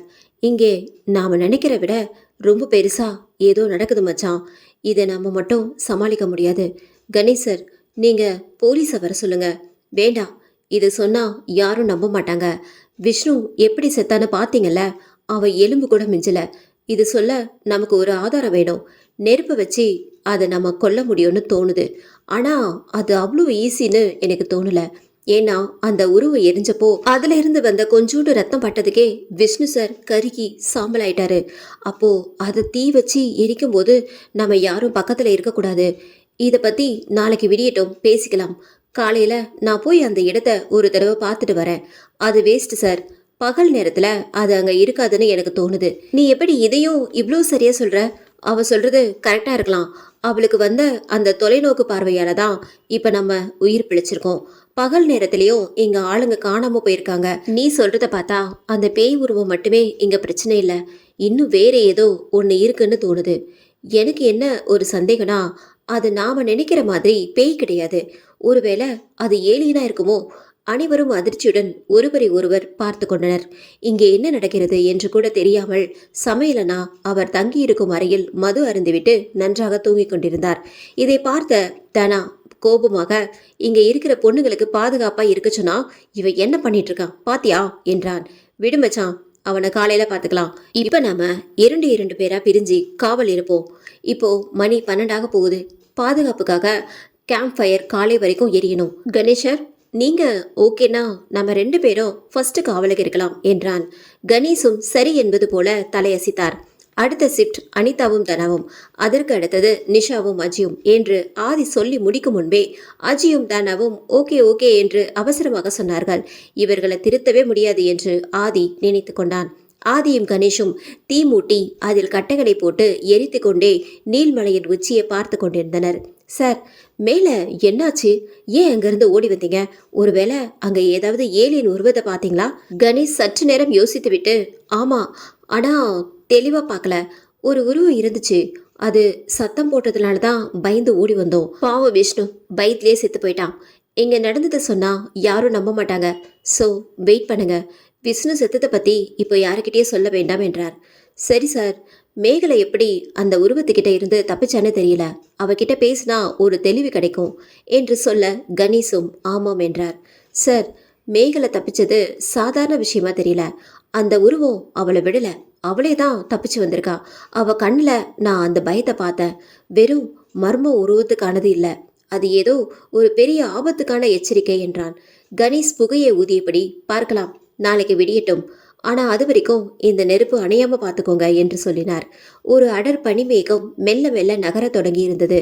அந்த பனிக்குள் இருந்து 2 நீண்ட வெண்மையான கைகள் வேலி மரத்தை பிடித்தன. அடுத்த ஷிஃப்ட் காவலுக்கு வரப்போகும் அனிதாவும் தனாவும் இந்த ஆபத்தை உணர்வார்களா? இரவு 2 மணி அளவில் தனாவும் அனிதாவும் காவலுக்கு வந்தார்கள். அனிதாவின் முகத்தில் முன் எப்போதும் இல்லாத ஒரு தெளிவும் தைரியமும் இருப்பதை தனா கவனித்தான். என்ன அனிதா, இப்பெல்லாம் ரொம்ப தைரியமா இருக்க போல? வெட்கப்பட்டு சிரித்தபடி, ஆமா தனா, எனக்கும் அப்படிதான் தோணுது. உனக்கும் அந்த பழங்குடி மக்களுக்கும் என்ன சம்பந்தம்? நீ இங்க வர்றது இதுதான் முதல் தடவையா? ஆமா, நான் இங்க வர்றது இதுதான் முதல் தடவை. நீங்க நீல்மலைக்கு போனப்போ எனக்குள்ள சில காட்சிகள் தெரிஞ்சுது, சில குரல்கள் கேட்டுச்சு. அப்புறம் எங்க அம்மாவுக்கு கூப்பிட்டு பேசினதுக்கு அப்புறம் தான் எனக்கு எல்லாமே புரிஞ்சுது. என்ன புரிஞ்சுது என்று தனா கேட்டான். எங்க அம்மா அந்த பழங்குடியில தான் எங்க வேலை விஷயமா வந்த அப்பாவை பிடிச்சு போய் 2 பேரும் குடும்ப சம்மதத்தோட கல்யாணம் பண்ணிக்கிட்டாங்க. அம்மா சிட்டிக்கு வந்த பிறகு பிறந்த குழந்தைதான் அது. அதுதான் நீ, சரியா? சிரித்து கொண்டே, இல்லதனா, நான் மட்டும் பிறக்கல, எனக்கு ஒரு அக்கா இருந்தா. அவ பேரு வினிதா. வினிதா அனிதா, சூப்பர். ஆனா நான் அவளை பார்த்ததே இல்லையே, நீயும் சொன்னதில்ல. நீ மட்டும் இல்ல, நானும் பார்த்ததில்ல. அந்த பழங்குடி வழக்கப்படி இரட்டை குழந்தைகள் பிறந்தா ஒன்றா இருக்கக்கூடாது. அப்பா எவ்வளவோ சண்டை போட்டு முடியல. அதனால வினிதாவை இங்கேயே விட்டுட்டு போயிட்டாங்க. அவ இந்த நீல்மலையில தான் வளர்ந்தா. ஓ, அப்புறம் அவளை நான் பார்க்கக்கூடாதுன்னு ஒரு விதி இருந்தது. வருஷங்களாச்சு. அவ இருக்காளா இல்லையான்னு கூட எனக்கு சொல்லல. ஆனா அப்பா மட்டும் அவளை பார்க்க அப்பப்போ போயிட்டு வருவாரு. அப்படி ஒரு முறை வந்தப்பதான் இப்ப நடக்கிற மாதிரியே அந்த ஏலியன் பிரச்சனைய அப்பாவும் பழங்குடி மக்களும் சந்திச்சிருக்காங்க. மீண்டும் அனிதா தொடர்ந்தாள். இனி இது சரிப்படாதுன்னு சொல்லி என் பொண்ணு என் கூட தான் வருவான்னு வினிதாவை அப்பா கூட்டிட்டு போக முடிவெடுத்தார். அப்படி அவர் அவளை கூட்டிட்டு போக கிளம்புன நேரத்துல தான் அந்த பயங்கரமான விபத்து நடந்தது. அந்த நீர்மலையே அவங்க மேல விழுந்த மாதிரி ஒரு நிலச்சரிவு ஏற்பட்டது. அனிதா சொன்ன விவரங்களை கேட்டு திகைத்து போன தனா அவளை ஆச்சரியத்துடன் பார்த்தான். என்ன அனிதா, இதையெல்லாம் நேர்ல பார்த்த மாதிரியே சொல்ற? கிட்டத்தட்ட அப்படித்தான் தனா. இதையெல்லாம் என்னோட அக்கா வினிதா அவளோட கண்கள் மூலமா பார்த்தத இப்ப நான் பார்க்கிற மாதிரி இருக்கு. அந்த சத்தங்கள் எல்லாம் அவ கேட்டது என்றாள். அனிதா சொன்னதை கேட்டு தனா ஒரு நிமிடம் நடுங்கி போனான். அந்த நடுக்கத்தில் அவன் அறியாமலேயே அனிதாவின் கையை பிடித்தான். அனிதாவும் அவனது கையை இறுக பற்றி கொண்டாள். இருவரும் வார்த்தைகளின்றி மௌனமாக அந்த நெருப்பின் அருகே அமர்ந்திருந்தனர். ஆனால் அவர்கள் கவனிக்காத ஒரு பயங்கரம் அவர்களுக்கு பின்னால் நடந்து கொண்டிருந்தது. பண்ணை வீட்டின் இருட்டான பின்புறத்தில் ஒரு உருவம் மெல்ல வெளிப்பட்டது. அது மௌனமாக நிழலை போல அவர்களை நோக்கி நகரத் தொடங்கியது. அதே சமயம் இவ்வளவு நேரம் கொழுந்துவிட்டு எரிந்து கொண்டிருந்த கேம்ப் ஃபயர் வெளிச்சம் குறைய குறைய அந்த உருவத்திற்கும் இவர்களுக்கும் இடையிலான இடைவெளி குறைந்து கொண்டே வந்தது. நெருப்பு இப்போது எண்ணெய் தீர்ந்த விளக்காக மெல்ல மெல்ல அணைய தொடங்கியது. அனிதாவும் தனாவும் கைகளை பிடித்து கொண்டு மௌனமாக அமர்ந்திருக்க அந்த மர்வ உருவம் இருட்டை பயன்படுத்தி கொண்டு மிக மெதுவாக அவர்களை நோக்கி நகரத் தொடங்கியது. நெருப்பு அணைந்து கொண்டிருந்ததால் அதன் உருவம் ஒரு கருப்பு நிழல் போல தெரிந்தது. அவர்களுக்கு அந்த உருவத்திற்கும் இடையே இப்போது சில அடிகள் மட்டுமே இடைவெளி இருந்தது. சொடக்கென்ற அந்த மரம் முறியும் சத்தம் அந்த நள்ளிரவு அமைதியை கிழித்தது. அந்த சத்தம் கேட்ட அடுத்த நொடி அனிதாவும் தனாவும் திடுக்கிட்டு பின்னால் திரும்பினார்கள். அணைந்து கொண்டிருக்கும் நெருப்பின் கடைசி பொறியில் தங்களுக்கு மிக அருகில் அந்த உருவம் நிற்பதை அவர்கள் பார்த்தார்கள். அந்த கருப்பு உருவம் அவர்களை நெருங்கிய நேரத்தில் பண்ணை வீட்டிற்குள் இருந்து ஆதி கத்தினான். மச்சான், நெருப்பை இன்னும் வேகமா எரியவை. தனா உடனே அங்கிருந்த காய்ந்த கட்டைகளை நெருப்பில் போட வெளிச்சம் அதிகரித்ததும் அந்த உருவம் அங்கிருந்து தப்பித்து ஓடியது. தனா ஒரு எரியும் கட்டையை கையில் எடுத்துக்கொண்டு அனிதாவை அழைத்து கொண்டு பண்ணை வீட்டிற்குள் ஓடினான். ஆதி அந்த உருவம் எங்கே ஓடுகிறது என்று பார்க்க பின்னால் சென்றான். பண்ணை வீட்டிற்குள் நுழைந்த தனா பாதுகாப்புக்காக அந்த எரியும் கட்டையை ஒரு மூலையில் மறைத்து வைத்தான். அதற்குள் ஆதியும் உள்ளே வந்தான். உங்களுக்கு ஒன்றும் ஆகலையே என்று ஆதி கேட்டான். இல்லடா, நாங்க தப்பிச்சிட்டோம். ஆனா அந்த வெள்ளை உருவம் மறுபடியும் வந்துருச்சா? இல்ல மச்சான், இது வேற ஏதோ ஒண்ணு. உள்ள தூங்கிட்டு இருந்த கணேஷ் சாரை காணோம்னு தேடிட்டு வந்தப்பதான் அந்த உருவம் உங்க பக்கத்துல நிக்கிறத பார்த்து கத்துன. அவர்கள் பேசி கொண்டிருக்கும் போதே கணேஷ் வந்தார். சார், எங்க போனீங்க? உங்களுக்கு எதுவும் ஆகலையே என்று அஜி கவலைப்பட்டான். நான் ரெஸ்ட் ரூம் போயிட்டு இருந்தேப்பா. என்னாச்சு? மறுபடியும் அந்த உருவம் வந்துருச்சா என்று பயத்துடன் கேட்டார். இல்லை சார், அது வேற உருவம் என்றால் உறுதியாக. திடீரென பதற்றத்துடன், டேய் அஜியும் நிஷாவும் எங்கடா? அனைவரும் பயத்துடன் வீட்டின் ஒவ்வொரு அறையாக தேடினார்கள். நிஷா இருந்த அறைக்கு சென்று பார்த்தபோது அங்கே அவள் இல்லை. பிறகு அஜியின் ரூமுக்கு ஓடினார்கள். அங்கே கதவு உள்பக்கமாக போட்டப்பட்டிருந்தது. நிஷா, அஜி, கதவு திறங்க என்று கதவை தட்டினார்கள். உள்ளே இருந்து நிஷாவின் அழுகுரல் கேட்டது. டேய், கதவு வெளியே லாக்காயிருக்கு. வெளியே பார்த்தபோது சாவியை காணோம். அஜி உன் கூட இல்லையா என்று ஆதி கத்த, நிஷா இல்லை என்று அழுது கொண்டே சொன்னாள். அப்போது பண்ணை வீட்டின் பின்புறம் செல்லும் வழியில் ஏதோ கிடப்பதை பார்த்து அனிதா கத்தினாள். அங்கே அஜி மயங்கி கிடந்தான். டே ஆதி, இங்கே வாடா. அஜியின் மூச்சு நின்றது போல இருக்கவே அனிதா அதிர்ச்சியானாள். உடனே கணேஷ் ஒரு வாட்டர் கேனுடன் ஓடி வந்து நான் என்னென்ன பார்க்கிறேன் என்று சொல்லி அஜியின் முகத்தில் தண்ணீரை தெளித்தார். அஜி மெல்ல கண்களை திறந்தான். ஆனால் அவன் தன் பின்னந்தலையை வலியால் பிடித்து கொண்டு கதறினான். அஜி மெல்ல எழுந்து அமர கணேஷ் பதற்றத்துடன் கேட்டார். தம்பி, என்னாச்சி? நீ எப்படி இங்கே வந்து விழுந்த? சார், நானும் நிஷாவும் கொஞ்ச நேரம் தனியாக பேசிக்கிட்டு இருக்கலான்னு என் ரூமில் இருந்தோம். நாங்கள் ரூமில் பேசிகிட்டு இருக்கும்போது யாரோ எங்களை ஜன்னல் வழியாக பார்க்குற மாதிரி ஒரு உணர்வு இருந்துச்சு. நான் உடனே யாருன்னு பார்க்க ஜன்னல் கிட்ட போனேன். ஆனால் அங்கே யாரையுமே காணோம். சரி, வெளியே வந்து பார்க்கலான்னு நான் மட்டும் பின்கதவு வழியாக வெளியே வந்தேன். ஆனால் நான் வெளியே கால் வச்ச அடுத்த செகண்ட் பின்னாடி இருந்து யாரோ என் தலையில் பலமாக அடித்தாங்க. அதுக்கப்புறம் எனக்கு எதுவுமே ஞாபகம் இல்லை. அஜி பேசிக்கொண்டே தன் பாக்கெட்டில் இருந்த சாவியை எடுத்து அனிதாவிடம் கொடுத்தான். நான் தான் ஒரு பாதுகாப்புக்காக நிஷா இருந்த ரூமை லாக் பண்ணிட்டு வந்தேன் என்றான் பலவீனமான குரலில். அவன் சொன்னதை கேட்ட பிறகுதான் மற்றவர்களுக்கு நிம்மதி வந்தது. அனிதா உடனே ஓடி சென்று அந்த சாவியால் நிஷா இருந்த அறையை திறந்தாள். கதவு திறந்ததும் பயத்தில் நடுங்கிக் கொண்டிருந்த நிஷா வெளியே ஓடி வந்தாள். வாசலில் அஜி தலையில் அடியுடன் உட்கார்ந்திருப்பதை பார்த்ததும் பதறி போய் அவனை ஓடி வந்து கட்டிக்கொண்டாள். அந்த பண்ணை வீட்டிற்குள் இப்போது ஒரு விசித்திரமான அமைதி நிலவியது. அஜிக்கு தலையில் அடி விழுந்திருந்தாலும் யாருக்கும் பெரிய காயம் ஏற்படவில்லை என்பது ஆறுதலாக இருந்தது. இனி ஒரு நிமிடம் கூட தனித்தனியாக இருப்பது ஆபத்து என்பதை 6 பேரும் உணர்ந்தார்கள். அந்த பண்ணை வீட்டின் ஹாலில் அனைவரும் ஒன்றாக அமர்ந்து கொண்டனர். ஒருவரையொருவர் பார்த்தபடி யாருடைய மனதிலும் நிம்மதியில்லை. தூக்கம் என்பது அவர்கள் கண்களில் இல்லை. வெளியே இருட்டு இன்னும் அடர்த்தியாகவே இருந்தது. கடிகாரத்தை பார்த்தபோது மணி இன்னும் 2 தான் ஆகியிருந்தது. விடியற் காலை வர இன்னும் நீண்ட நேரம் இருந்தது. யாரும் தூங்க வேண்டாம், விடிகிற வரைக்கும் நாம எல்லாருமே இங்கேயே விழிப்பாயிருப்போம். இந்த ஹால் கதவையும் ஜன்னலையும் நல்லா லாக் பண்ணியாச்சு. ஆனா அந்த தாகம் மட்டும் இன்னும் அடங்கலடா. அந்த மலை மேல பார்த்த உருவம், இப்போ அஜியை தாக்கின அந்த நிழல், எல்லாமே ஏதோ ஒரு பெரிய ஆபத்து நம்மளை சுத்தி இருக்கிறத காட்டுது. சில மணி நேரங்கள் நிசப்தமாக கடந்தன. மெல்ல மெல்ல இருள் விலகி நீல்மலையின் உச்சியை சூரியனின் முதல் கதிர்கள் தொட ஆரம்பித்தன. பண்ணை வீட்டை சுற்றியிருந்த அந்த பயங்கரமான பனிமூட்டம் இப்போது மெல்ல கழிந்து மறைந்தது. ஹாலில் அனைவரும் ஒருவரை ஒருவர் சாய்ந்தபடி அசதியில் தூங்கிக் கொண்டிருந்தார்கள். ஆனால் ஆதி மட்டும் தூங்கவில்லை. அவன் கண்கள் சிவந்து போயிருந்தாலும் விடியும் வரை இமைக்காமல் வாசலையே பார்த்து கொண்டிருந்தான். அவனது விழிப்புதான் அன்று இரவு மற்றவர்களின் உயிருக்கு கவசமாக இருந்தது. வெளியே பறவைகளின் சத்தம் கேட்க தொடங்கியது. அந்த சத்தம் கேட்ட பிறகுதான் ஆதியின் மனதில் இருந்த பாரம் சற்று குறைந்தது. விடிந்ததும் ஆதி அனைவரையும் பார்த்து உறுதியாக பேசத் தொடங்கினான். அவனது குரலில் ஒருவித ஆவேசம் தெரிந்தது. பிஸ்னஸ் சார் நம்ம எல்லாரையும் காப்பாற்ற வந்துட்டு இப்போ அவர் நம்ம கூட இல்லை.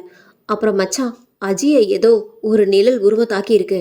அது பேய் உருவமோ ஏலியனோ இல்லை வேற எதுவோ எனக்கு தெரியாது. ஆனா இன்னைக்கு நைட்டோட அதோட கதையை நாம முடிக்கிறோம். இனிமே இந்த நீல்மலையில எந்த மர்மமும் நடக்கக்கூடாது. இனி எதிர்த்து நிற்க வேண்டும் என்ற எண்ணம் அவர்கள் மனதில் உதயமானது. சரி மச்சான், இப்ப நம்ம என்ன பண்ண போறோம்? நம்ம கிட்ட ஆயுதம் எதுவுமே இல்லையே. ஆயுதம் நம்மகிட்டே இருக்குடா. அந்த உருவத்துக்கு நெருப்புனா ஆகாதுன்னு அனிதா சொன்னா. அதையே நம்ம ஆயுதமா மாத்துவோம். இன்னைக்கு நைட்டுக்குள்ள நாம எல்லாத்தையும் ரெடி பண்ணணும் என்று ஆதி சொன்னான். தம்பி, இது ரொம்ப ஆபத்தானது என்று கணேஷ் சொல்லிக் கொண்டிருந்தார். இந்த நீல்மலையோட ரகசியம் அந்த பழங்குடி மக்களுக்கும் எனக்கும் மட்டும்தான் ஓரளவுக்கு புரியுது. இன்னைக்கு ராத்திரி இந்த மர்மத்துக்கும் ஒரு முடிவு வரும் என்று அனிதா கூறினாள். அஜய் தாக்கின அந்த நிழல் உருவம் நினைக்கும் போதுதான் ரொம்ப பயமா இருக்கு. இன்னைக்கு விடிஞ்சிருச்சு. இனி பயப்படாம இந்த வீட்டை ஒரு முறை முழுசா செக் பண்ணுவோம். அஜயை தாக்குனது யாருன்னு நாம கண்டுபிடிச்சே ஆகணும். ஆதி சொன்னதை கேட்டு அஜி இப்போதும் மிகவும் தெளிவாக ஒரு திட்டத்தை தீட்ட ஆரம்பித்தான். இந்த மர்மமான விஷயங்களின் உண்மைத்தன்மையை கண்டறிந்து அதற்கு ஒரு முடிவு கட்ட அனைவரும் தயாரானார்கள். கணேசர், இன்னைக்கு நைட்டு நீங்க எங்க கூடவே இருக்கிறது தான் நல்லதுன்னு தோணுது. ஈவினிங்குள்ள பிளானை கன்ஃபார்ம் பண்றோம். ப்ளீஸ் ஹெல்ப் பண்ணுங்க. ப்ளீஸ்லாம் வேண்டாப்பா, இது என் கடமை. உங்களுக்கு ஒன்றும் ஆகாம நான் பார்த்துக்கிறேன். விஷ்ணுவை காணோம்னு ஸ்டேஷன்ல கேட்பாங்க. அதை சமாளிக்கணும். என் ஃப்ரெண்டு விஷ்ணுவை கொன்ன அந்த ஏலியனை நான் என் கையாலேயே கொல்லுவேன். இப்போ நான் போயிட்டு வரேன். ஏதாச்சும் உதவி வேணும்னா கேளுங்க. சேஃபா இருங்க. கணேஷ் சார் அங்கிருந்து கிளம்பி செல்ல இப்போது அந்த 5 பேரும் ஆதி, தனா, அஜி, அனிதா, நிஷா திட்டமிட தொடங்கினர். சரி, இப்போ நம்ம கிட்ட 3 முக்கியமான பிளான் இருக்கு. ஒன்று, மேகலையே சந்தித்தல். மேகலை தான் அந்த உருவத்துக்கிட்ட இருந்து தப்பிச்சு வந்தவ. அவளை பார்த்து விவரம் கேட்கணும். அவளுக்கு தெரிஞ்ச ஏதோ ஒரு விஷயம் நமக்கு பெரிய உதவியா இருக்கும். பிளான் 2, ஆயுதங்களை தயார் செய்தல். அந்த உருவத்தை எதிர்கொள்ள தேவையான ஆயுதங்களை ரெடி பண்ணணும். பெட்ரோல், நெருப்பு, கட்டை மற்றும் வெளிச்சம் குறையாத அளவுக்கு லைட்டிங்கை செட் பண்ணணும். பிளான் 3, அந்த நிழல் உருவம், அஜியை தாக்கின அந்த நிழல் உருவம், அது யாரு, அதோட பலவீனம் என்ன, அதை இன்னைக்கே கண்டுபிடிச்சு ஒரு முடிவு கட்டணும். ஆதியும் தனாவும் மேகலையை பார்க்க அவள் வீட்டிற்கு சென்றனர். ஆனால் அங்கே அவர்களுக்கு ஏமாற்றமே மிஞ்சியது. தம்பி, அவ இப்பதான் கொஞ்சம் தேறி வரா. ஆனா அந்த ராத்திரியை பத்தி கேட்டாலே பயந்து நடுகிறா. அவ எதையும் சொல்ல விரும்பல என்று கைவிரித்து விட்டார். மேகலையிடம் விவரம் கிடைக்காததால் ஆதியும் தனாவும் திரும்பி வந்து கொண்டிருந்தனர். அப்போது ஆதி ஏதோ யோசித்தவனாக நின்றான். தனா, மேகலை சொல்ல பயப்படுறானா? அதுக்கு ஏதோ இருக்கு. நாம ஏன் அந்த பழைய கிழவிய மறுபடியும் பார்க்க கூடாது? அவளுக்கு இந்த மலையை பத்தி நிறைய தெரிஞ்சிருக்கு. அவர்கள் இருவரும் விவரங்களை சேகரிக்க அந்த பழைய கிழவியின் குடிசையை நோக்கி சென்றனர். அந்த பழைய கிழவி சொன்ன அதே மர்மமான பேச்சுக்களை கேட்டுவிட்டு ஆதியும் தனாவும் கிளம்ப தயாரானார்கள்.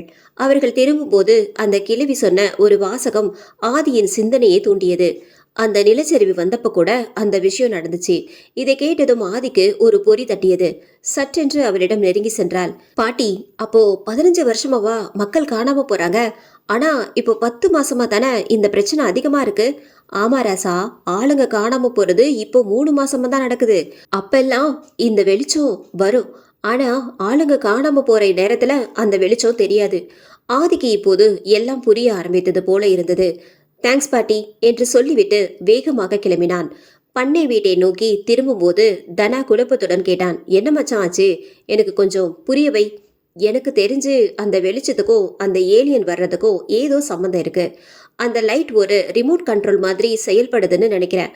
ஆனா இந்த பொண்ணுங்க காணாம போறதுக்கு முழு காரணம் அந்த ஏலியன் கிடையாது. என்னடா சொல்ற? ஆமா மச்சான், நேத்து நம்ம பார்த்த அந்த கருப்பு நிழல் உருவம் இருக்குல்ல, அதுதான் இந்த பொண்ணுங்க காணாம போறதுக்கு காரணம்னு நினைக்கிறேன். அதை எப்படி இவ்வளவு உறுதியா சொல்ற? ஒருவேளை தப்பா இருந்தா என்ன பண்றது? இருக்கலாம். எனக்கு தெரிஞ்சு இது 50-50 தான். இதை 100% உறுதி பண்ணா இப்ப நமக்கு ஒரு முக்கியமான வேலை இருக்கு. வா சீக்கிரம். சொன்னதை உறுதிப்படுத்த அவர்கள் வேகமாக பண்ணை வீட்டை நோக்கி திரும்பிக் கொண்டிருந்தனர். ஆனால் போகும் வழியில் அவர்களுக்கு ஒரு பெரிய ஆச்சரியம் காத்திருந்தது. ஒரு பெரிய மரத்திற்கு பின்னால் மேகலை நின்று கொண்டிருந்தாள். மேகலையின் வருகை ஆதிக்கு ஒரு புதிய நம்பிக்கையும் கொடுத்தது. இன்னைக்கு சாயங்காலம் நானே உங்க பண்ண வீட்டுக்கு வரேன். இங்க வச்சு எதையும் சொல்ல முடியாது. நான் எங்க வீட்ல சமாளிச்சுக்கிறேன். நான் சொல்றத நீங்க நம்பினா மட்டும் போதும். ஆதி முதல் முறையாக மேகலையின் குரலை கேட்டான். அந்த குரலால் உண்மையும் அவன் மனதை ஏதோ செய்தது. ஆனாலும் முதலில் இந்த மர்மத்தை முடிக்க வேண்டும் என்று முடிவெடுத்தான். சரி மேகலை, நீ வந்தா மட்டும் போதும், பார்த்துக்கலாம். மேகலை அங்கிருந்து மறைந்தாள். அதே சமயம் மலை உச்சிக்கு சென்ற அனிதா, நிஷா, அஜி மூவரும் எந்த துப்பும் கிடைக்காமல் திரும்பி வந்தனர். அவர்கள் இப்போது அடுத்த கட்டமாக ஏலியனை எதிர்கொள்ள தேவையான நெருப்பு ஆயுதங்களை தயார் செய்ய தொடங்கினர். தனவேல் கணேசாரிடமிருந்து காணாமல் போன பெண்களின் விவரங்களை வாங்கி கொண்டான். அனைவரும் இப்போது பண்ணை வீட்டில் ஒன்றாக அமர்ந்து விவாதிக்க தொடங்கினர். மச்சான், பொண்ணுங்க காணாம போனதுல எனக்கு ஒரு கேள்வி இருக்கு. அவங்க எங்க போனாங்கிறத விட ஏன் போனாங்கன்னு யோசிச்சிங்களா? நடுராத்திரியில போயிருக்காங்கன்னா ஏதோ அவசரமா இருக்கலாம். இல்லைனா அவங்க லவ்வரை பார்க்க போயிருக்கலாம். கரெக்ட். யாரும் அவங்கள கடத்தல. அவங்களாதான் வெளியே போயிருக்காங்க. ஒண்ணு அவங்க லவ்வர் தான் இதுக்கெல்லாம் காரணமா இருக்கணும். இல்லைனா அவங்க வெளியே வர்ற நேரமா பார்த்து அந்த பேயிருவோம் அவங்கள தூக்கி இருக்கணும். ஆமா மச்சான். அதே சமயம் அந்த நாய், கோழி, பறவை எல்லாம் காணாம போனதுல ஒரு விஷயம் கவனிச்சேன். அதெல்லாம் நீல்மலைக்கு பக்கத்துல இருக்கிற ஒரு பள்ளத்துல செத்து கிடக்கு. ஏதோ கொடூரமா வேட்டையாடி அங்கே வீசியிருக்காங்க. அந்த மிருகங்கள் எல்லாம் எவ்வளவு வழியில துடிச்சிருக்குமோ அப்படி பண்ணியிருக்கான். இது வெறும் ஆரம்பம்னு நினைக்கிறேன். நீங்க சொல்றத பார்த்தா இது ஏலியன் வேலையோ இல்ல பேய் வேலையோ மாதிரி தெரியலையே. ஒரு சைக்கோ கில்லர் வேலை மாதிரி இருக்கே. ஆமா, எனக்கும் அப்படிதான் தோணுது. அஜியும் ஆதியும் ஒரே குரலில் ஆமா என்று சொன்னார்கள். ஆனா நம்ம ஏலியன் இருக்கிற இடத்துக்கு போனப்போ அது நம்மளை துரத்துச்சுல்ல, அப்போ அந்த சைக்கோ கில்லரை ஏன் அது எதுவும் பண்ணல? அதுதான் எனக்கு புரியல. ஆனா அன்னைக்கு அஜியை அட்டாக் பண்ணது அந்த சைக்கோ தான். அவன் நம்ம கூட இருக்கிற பொண்ணுங்களை கொல்ல வந்திருக்கான். அஜியை அடிச்சுட்டு நிஷா ரூமுக்கு போயிருக்கான். அங்க லாக் ஆகி இருந்ததுனாலதான் நேரா அனிதா, தனா இருக்கிற இடத்துக்கு வந்திருக்கான். இவர்கள் பேசிக்கொண்டிருக்க மேகலை அங்கு வந்தாள். மேகலை பண்ணை வீட்டிற்குள் வந்ததும் முதலில் அனிதா மற்றும் நிஷாவிடம் சென்று அன்னைக்கு என்ன அந்த பயங்கரத்துக்கிட்ட இருந்து காப்பாத்தினதுக்கு ரொம்பவும் நன்றி என்றாள். நிஷா, நாங்க மட்டும் இல்ல, அந்த சுருள்முடி இவன் தான் உன்னை பார்த்து தூக்கிட்டு வந்தான். மேகலை அனைவருக்கும் நன்றி சொல்லிவிட்டு ஆதியிடம் வந்தாள். என்னை தேடி கண்டுபிடிச்சு பாதுகாப்பா இங்க கொண்டு வந்து விட்டதுக்கு ரொம்ப நன்றி என்றாள். நமக்குள்ள எதுக்கு நன்றி? நீ ஏதோ சொல்ல வந்தியே, அதை சொல்லு. மேகலை இதுவரை அவர்கள் யூகிக்காத ஒரு ரகசியத்தை சொன்னாள். என் பெஸ்ட் ஃப்ரெண்டு ராஜி தான் முதலா காணாம போன பொண்ணு. அன்னைக்கு ராத்திரி அவ என்கிட்ட லவ்வரோட மூவிக்கு போறேன்னு சொன்னா. ஆனா அவ தியேட்டர் போற வழியில போகாம நீல்மலையை நோக்கி போயிட்டு இருந்தா. எனக்கு சந்தேகம் வந்து அவளுக்கு தெரியாமலே ஃபாலோ பண்ணிட்டு போனேன். அன்னைக்கு ராஜியை துரத்திக்கிட்டு போகும்போது அந்த டீ கடைக்காரன் என்னை பார்த்துட்டான். நான் மாட்டிக்கிட்டேனா, அதனால ராஜியும் மாட்டிக்கிடுவாளோன்னு நினைச்சு பயந்துட்டேன். அதனால அவன் கண்ணில் படாம இருக்கணும்னு அவன் கத்தியும் கேட்காத தூரத்துக்கு மெதுவா வந்துட்டேன். அவ மலை உச்சியில ஒரு மரங்கள் இல்லாத ஒரு பாறை பகுதிக்கு போனா. அங்க ஒருத்தன் டார்ச் லைட்டை அடிச்சுட்டு நிக்கத பார்த்தேன். அவன் அவனோட லவ்வர்னு நினைக்கிறேன். அவன்கிட்ட போனா நானும் தூரத்துல ஒரு மரத்துக்கு பின்னால நின்னு யாருன்னு பார்க்க முயற்சி பண்ணேன். ராஜி அவளோட லவ்வரை பத்தி என்கிட்ட நிறைய சொல்லியிருக்கா. ஆனா நான் ஒரு தடவை கூட அவனை நேர்ல பார்த்ததே இல்ல. அன்னைக்கு அந்த பாறை பகுதியில அவன்கிட்ட ராஜி பேசும்போது எப்படியாவது அவன் முகத்தை பார்த்தணும்னு நான் ரொம்ப முயற்சி பண்ணேன். ஆனா அவன் ரொம்ப மரத்துக்கு பின்னாடியே நின்னுட்டு இருந்தான். அவன் முகம் எனக்கு தெரியவே இல்லை. அவனோட கை மட்டும்தான் வெளியே தெரிஞ்சுது. அவன் கையில இருந்த அந்த கோல்டு கலர் வாட்ச் நல்லா தெரிஞ்சுது. அவன் ராஜி பக்கத்துல வந்து அவ வாய கர்ச்சீஃபால பொத்தி அமுக்கினான். ராஜி துடிக்கிறத பார்த்து நானும் கத்தினேன். ஆனா அதே சமயம் அந்த பனிக்குள்ள இருந்து அந்த வெள்ளை உருவம் என்னை தாக்க வந்துச்சு. அந்த வெள்ளை உருவம் பனிக்குள்ள இருந்து மெல்ல வெளிப்பட்டு என் முன்னாடி அது என்னை தாக்க பாய்ஞ்ச அந்த ஒரு நிமிஷம் நான் அப்படியே மயங்கி விழுந்துட்டேன். எனக்கும் அந்த உருவத்துக்கும் நடுவுல சரியா ஒரு இடி விழுந்துச்சு. அந்த மின்னல் வெளிச்சம் அவ்வளோ பெருசா இருந்துச்சு. நான் அப்படியே மயங்கிட்டேன். அப்புறம் முழிச்சு பார்த்தா இங்க தான் இருந்தேன். அந்த வாட்சி இப்படிதான் இருந்ததா மேகலை என்று அனிதா கேட்டாள். மேகலை அந்த வாட்சியை பார்த்ததும் அதிர்ச்சியில் உறைந்து போனாள். அவளது கண்கள் பயத்தில் விரிந்தன. ஆமா, இதே வாட்சி தான். அதே தங்க நிறம், அதே டிசைன். இது உங்களுக்கு எப்படி கிடைச்சது என்று நடுக்கும் குரலில் கேட்டாள். நீல்மலை உச்சியில நான் அந்த மர்ம வெளிச்சத்தை தேடி போனப்போ இது எனக்கு தரையில கிடைச்சது. யாரோ தவறுதலா விட்டுட்டு போயிட்டாங்கன்னு நினைச்சேன். ஆனா இது அந்த கொலைகாரனோட வாட்சுன்னு இதை வச்சே அவனை ஈஸியா கண்டுபிடிச்சிடலாம். அனிதா சொல்லி முடிக்கும் முன்பே ஆதி குறுக்கிட்டான். அவனது குரல் மிகவும் தீர்க்கமாகவும் கோபமாகவும் இருந்தது. அவனை தேட வேண்டிய அவசியம் இல்லை அனிதா. இந்த வாட்ச் யார் கையில இருந்ததுன்னு நான் ஏற்கனவே பார்த்துருக்கேன். அந்த சைக்கோ கில்லர் யாருன்னு நான் கண்டுபிடிச்சிட்டேன். எல்லோரும் மூச்சடைத்து போய் ஆதியை பார்த்தார்கள். பண்ணை வீட்டின் அந்த அறையில் நிசப்தம் நிலவியது. ஆதி அந்த பெயரை சொன்னான். அந்த சைக்கோ கில்லரோட பெயரு விஷ்ணு. சமையல்காரர் முருகரண்ணாவிற்கு பயத்தில் கை கால்கள் நடுங்கின. கத்தி, பெட்ரோல் கேன் என பசங்க எதையோ பெரியதாக திட்டம் போடுவதைக் கண்டு அவர் மிரண்டு போயிருந்தார். என்னப்பா இதெல்லாம்? நிஜமாவே அந்த மலையிலிருந்து ஏதாச்சும் மிருகம் வருமா? எனக்கு பயமா இருக்கேப்பா. அண்ணா, நீங்க அமைதியா இருங்க. இப்போதைக்கு தண்ணி அடிக்காம தெளிவா இருந்தா போதும். கணேஷ் சார் வந்ததும் எல்லாத்தையும் கிளியரா சொல்றோம். அப்போது கணேஷ் சார் தன் பைக்கில் வந்து இறங்கினார். அவரிடமும் தற்காப்பிற்காக ஒரு ஆயுதம் இருந்தது. ஆதி மற்றும் அஜி அவரை தடுத்து நிறுத்தி திட்டத்தை சொன்னார்கள். சார், நீங்க அனிதா, நிஷா பாதுகாப்பா அந்த மாடி அறையில இருங்க. அங்க ஜன்னல் வழியா பார்த்தா நீல்மலை நல்ல முழுசா தெரியும். நாங்க கீழே பாத்துக்கிறோம். தம்பி, நீங்க மட்டும் தனியா போகாதீங்க. நானும் உங்க கூட வரேன். இல்ல சார், நீங்க அந்த பொண்ணுங்களை பத்திரமா பாத்துப்பீங்கன்னு நம்பிதான் உங்களை விட்டுட்டு போறோம். எங்களுக்கு ஏதாவது ஆபத்துனா மட்டும் நீங்க வெளியே வாங்க. அது வரைக்கும் அங்கேயே இருங்க. கணேஷ் தயங்கினாலும் கட்டாயத்திற்காக ஒப்புக்கொண்டு அறைக்குள் சென்றார். சார், அவங்க 2 பேரும் பின்னாடி விறகு அடுப்பு வச்சிருக்காங்க. அதை எடுத்துட்டு இப்போ வந்துடுவாங்க. நீங்க எதை பத்தியும் கவலைப்படாம இங்கேயே இருங்கள் என்றான். சமையல் முருகனனா டீ போட்டு கொண்டு வந்து கணேஷிற்கு கொடுத்தார். திடீரென ஆதி ஒரு வெடிகுண்டை வீசுவது போல உண்மையை சொன்னான். கணேஷ் சார், அந்த பெண்களை கடத்துறது ஏலியன் இல்ல, அது ஒரு சைக்கோ கில்லர். அவன் வேற யாரும் இல்ல, உங்க ஃப்ரெண்டு விஷ்ணு தான். கணேஷ் அதிர்ச்சியில் கையில் இருந்த டீ கிளாஸை நழுவ விட்டார். என்ன சொல்றீங்க? விஷ்ணு ரொம்ப நல்லவனாச்சே. அவன் இறந்துட்டான்னு தானே நாம நினைச்சோம். இல்ல சார், மேகலா அன்னைக்கு ஒருத்தன் கையில தங்க நிற வாட்ச் இருந்ததை பார்த்திருக்கா. அந்த வாட்ச்ல எஃப்ங்கிற எழுத்து செதுக்கப்பட்டிருக்கு. அதை விஷ்ணு கையில் ஆதி பார்த்திருக்கிறான். போலீஸா இருக்கிறதுனால அவருக்கு தப்பிக்கிற வழியும் நல்லா தெரியும். கணேஷ் குழப்பத்துடன் கேட்டார். சரி, விஷ்ணு தான் கில்லர்னு வச்சுப்போம். ஆனா செத்து போனவன் எப்படி திரும்பி வந்து அஜியை தாக்க முடியும்? ஆதி மெல்ல சிரித்தான். அந்த சிரிப்பில் ஒரு மர்மம் இருந்தது. அவன் தன் பார்வையை அங்கிருந்த சமையல்காரர் முருகன் மீது திருப்பினான். சார், நீங்க கேட்ட கேள்விக்கு இதோ பதில். அது சமையல் முருகன் அண்ணா. சமையல் முருகன் ஒரு நிமிடம் அதிர்ந்து போனான். பிறகு தன்னை சமாளித்து கொண்டு, தம்பி, விளையாடுதீங்க. நான் ஏன் நம்ம அஜி தம்பியை தாக்க போறேன்? எனக்கும் இதுக்கும் எந்த சம்மந்தமும் இல்லை என்று ஒன்றுமே தெரியாதவர் போல பேசினான். ஆனா அஜி விடவில்லை. என்கிட்ட உன்னை பிடிக்க எல்லா ஆதாரமும் இருக்கு என்று உறுதியாக சொன்னான். அவ்வளவுதான். கணேசர் ஆவேசமானார். டீ என்று ஒரு கெட்ட வார்த்தையை சேர்த்து சொல்லி முருகனின் கழுத்தை பிடித்து நெறித்தார். சொல்லுடா, அவ்வளவு தில்லாலங்கடி வேலையா பண்ணிருக்க? உனக்கும் அந்த விஷ்ணுவுக்கும் என்னடா சம்மதம்? உண்மையை சொல்லு என்று கத்தினார். பசங்களை பார்த்து, தம்பி, உடனே நிஷாவையும் அனிதாவையும் வர சொல்லுங்க. இவனை கட்டி போட்டுடலாம். இவனை சும்மா விடக்கூடாது என்றார். கவலைப்படாதீங்க சார், இவன் இந்த ரூமை விட்டு வெளியே போக முடியாது.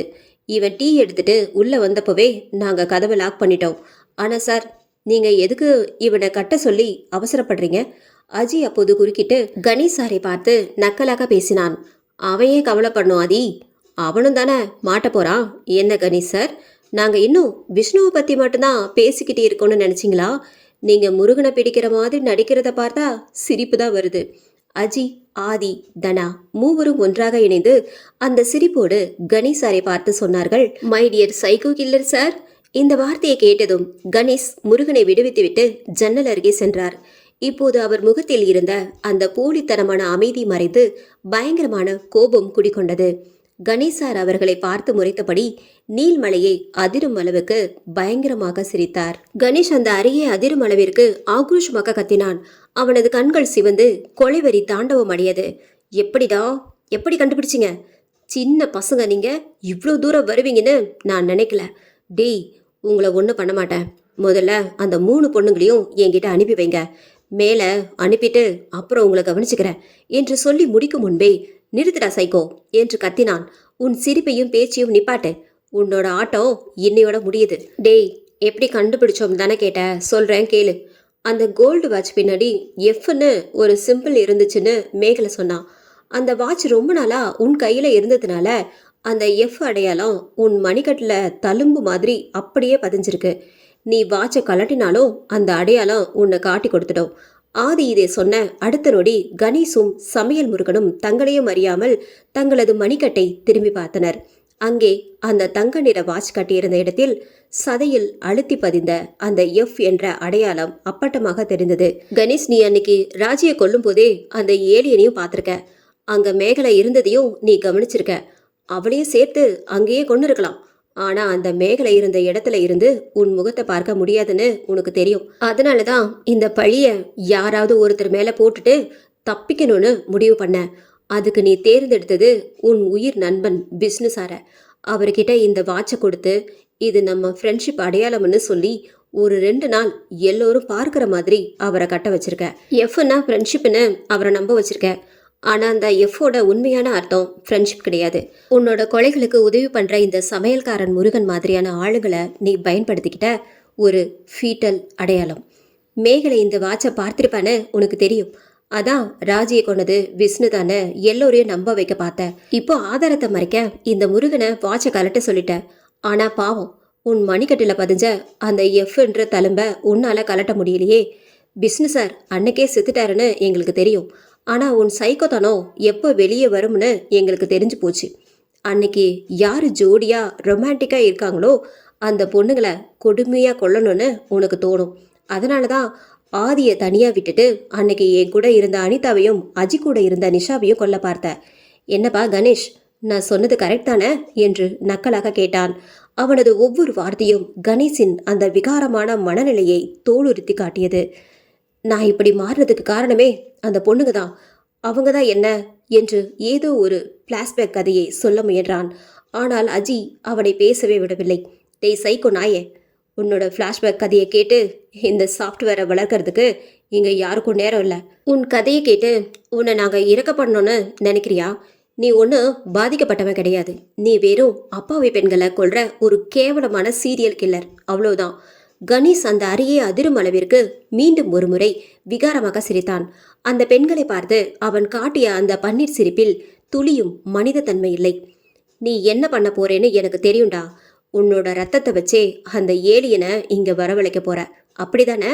அன்னைக்கு அனிதாவையும் நிஷாவையும் அந்த ஏலியன் தாக்க வந்தப்போ எங்களுக்கு புரியல. ஆனா நீ நீல்மலையில இருந்து இங்க வரும்போதே யாருக்கும் தெரியாம உன்னோட ரத்தத்தை இந்த வீட்டு ஜன்னல் மேல தெளிச்சு வச்சிருக்க. உன்னோட ரத்தம் எங்க இருக்கோ அங்க அதுக்கு தேவையான உடல்கள் கிடைக்கும்னு அந்த மிருகத்துக்கு தெரியும். நீ பண்ற அந்த ஒவ்வொரு கொலையிலும் அவ்வளவு கொடூரம் இருக்கு. நீ அந்த பெண்களை எவ்வளவு சித்திரவதை செஞ்சு கொண்டிருக்கணும்னு எனக்கு விஷனாவே வந்துருச்சுடா. அவ்வளவு தூரம் கண்டுபிடிச்சிட்டிங்களா? ரொம்ப சந்தோஷம். அப்போ இந்த விளையாட்டோட கிளைமேக்ஸையும் நீங்களே பாருங்க என்று கூறிய கணேஷ் மின்னல் வேகத்தில் தான் மறைத்து வைத்திருந்த அந்த கத்தி போன்ற கூர்மையான ஆயுதத்தை எடுத்தான். அவன் தன் கையை ஆழமாக கிழித்து கொண்டான். ரத்தம் பீரிட்டு தெரித்தது. அடுத்த நொடி அவன் செய்த காரியம் அதிர வைத்தது. அவன் தன் கையில் இருந்த வழிந்த ரத்தத்தை தனக்கு அருகே பயந்து நின்றிருந்த சமையல்காரர் முருகன் மீது விசிறி தெளித்தான். ஐயோ, என்ன பண்றீங்க? ஏன் மேலே ஏன் ரத்தத்தை தெளிக்கிறீங்க என்று கத்தினான். டேய் முருகன், இவ்வளோ நாள் எனக்கு உதவியா இருந்தல, இன்னைக்கு இந்த ரத்த வாடைக்கு அந்த ஏலியன் வரும்போது அதுக்கு முதல்ல ஒரு இரைய நான் கொடுக்கணும். அப்போதான் அது என்னை கொல்லாம இவனுங்களை வேட்டையாடும். நீயே அதுக்கு இன்னைக்கு ஆரம்பமா இரு. கணேஷ் தன் ரத்தத்தை முருகன் மீது தெளித்துவிட்டு மேலே பார்க்க, பண்ணை வீட்டின் கூரைக்கு மேலே அந்த நீல நிற கோடுகள் ஒரு மேகம் போல சூழ்ந்து கொள்வது தெரிந்தது. அதை பார்த்ததும் கணேஷின் முகத்தில் ஒரு வெற்றி களிப்பு வந்தது. அவன் கண்களில் இருந்த அந்த வக்கிரமான சைக்கோ வெறி உச்சத்தை அடைந்தது. இதோ வந்துருச்சு, இதோ வந்துருச்சு. டேய் சின்ன பசங்களா, இனிமே உங்களை காப்பாற்ற முடியாதுடா. இந்த ரத்த வாடைக்கு அது வந்துருச்சு. எல்லோரும் சாவுங்கடா, எல்லோரும் சாவுங்க என்று வெறி பிடித்தவன் போல கத்தினான். இதை பார்த்த ஆதி, அஜி மற்றும் தனா மூவரும் அந்த ஆபத்தை எதிர்கொள்ள தயாரானார்கள். அவர்கள் கையில் இருந்த நெருப்பு பந்துகளை கொளுத்த தொடங்கினார்கள்.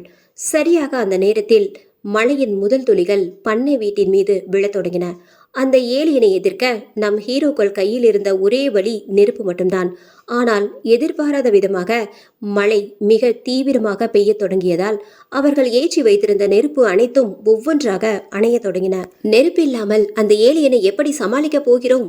மழையில் நனைந்து கொண்டிருக்கும் அந்த பண்ணை வீட்டிற்குள் கையில் இருந்த கடைசி ஆயுதமும் செயலிழந்து போனதால் ஆதி, அஜி மற்றும் தனா மூவரும் பெரும் அதிர்ச்சியில் உறைந்து நின்றனர். மழை பொழிவு பெரிய அளவில் இல்லை என்றாலும் ஈரப்பதம் காரணமாக நெருப்பு அந்த ஏலியனை தடுப்பதற்கு போதுமானதாக இல்லை என்பதை ஆதி உணர்ந்தான். சூழல் கைமீறி போவதை கண்ட ஆதி சற்றென்று அஜியின் பக்கம் திரும்பி கத்தினான். அஜி, பிளான் 1 வேலை செய்யாது போல இருக்கு. உடனே பிளான் 2க்கு மாறுங்க. எல்லோரும் ஓடுங்க.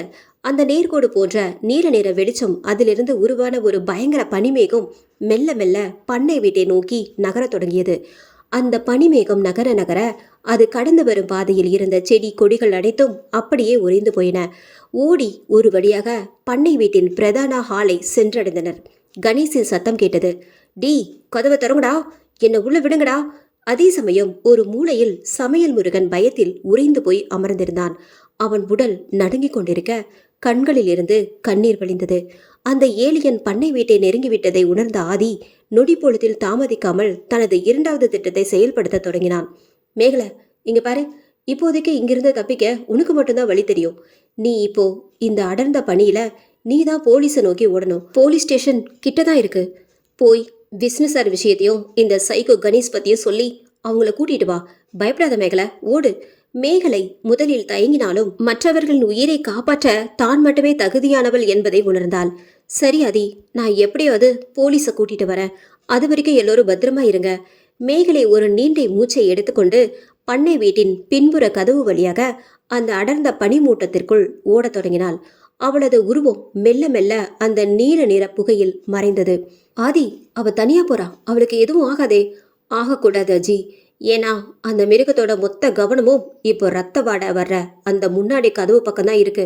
அந்த கேப்ல மேகலை தப்பிச்சிருவா. அந்த ஏலியன் இப்போது பண்ணை வீட்டின் ஜன்னல்களை சிதறடித்து கொண்டு உள்ளே நுழைய தொடங்கியது.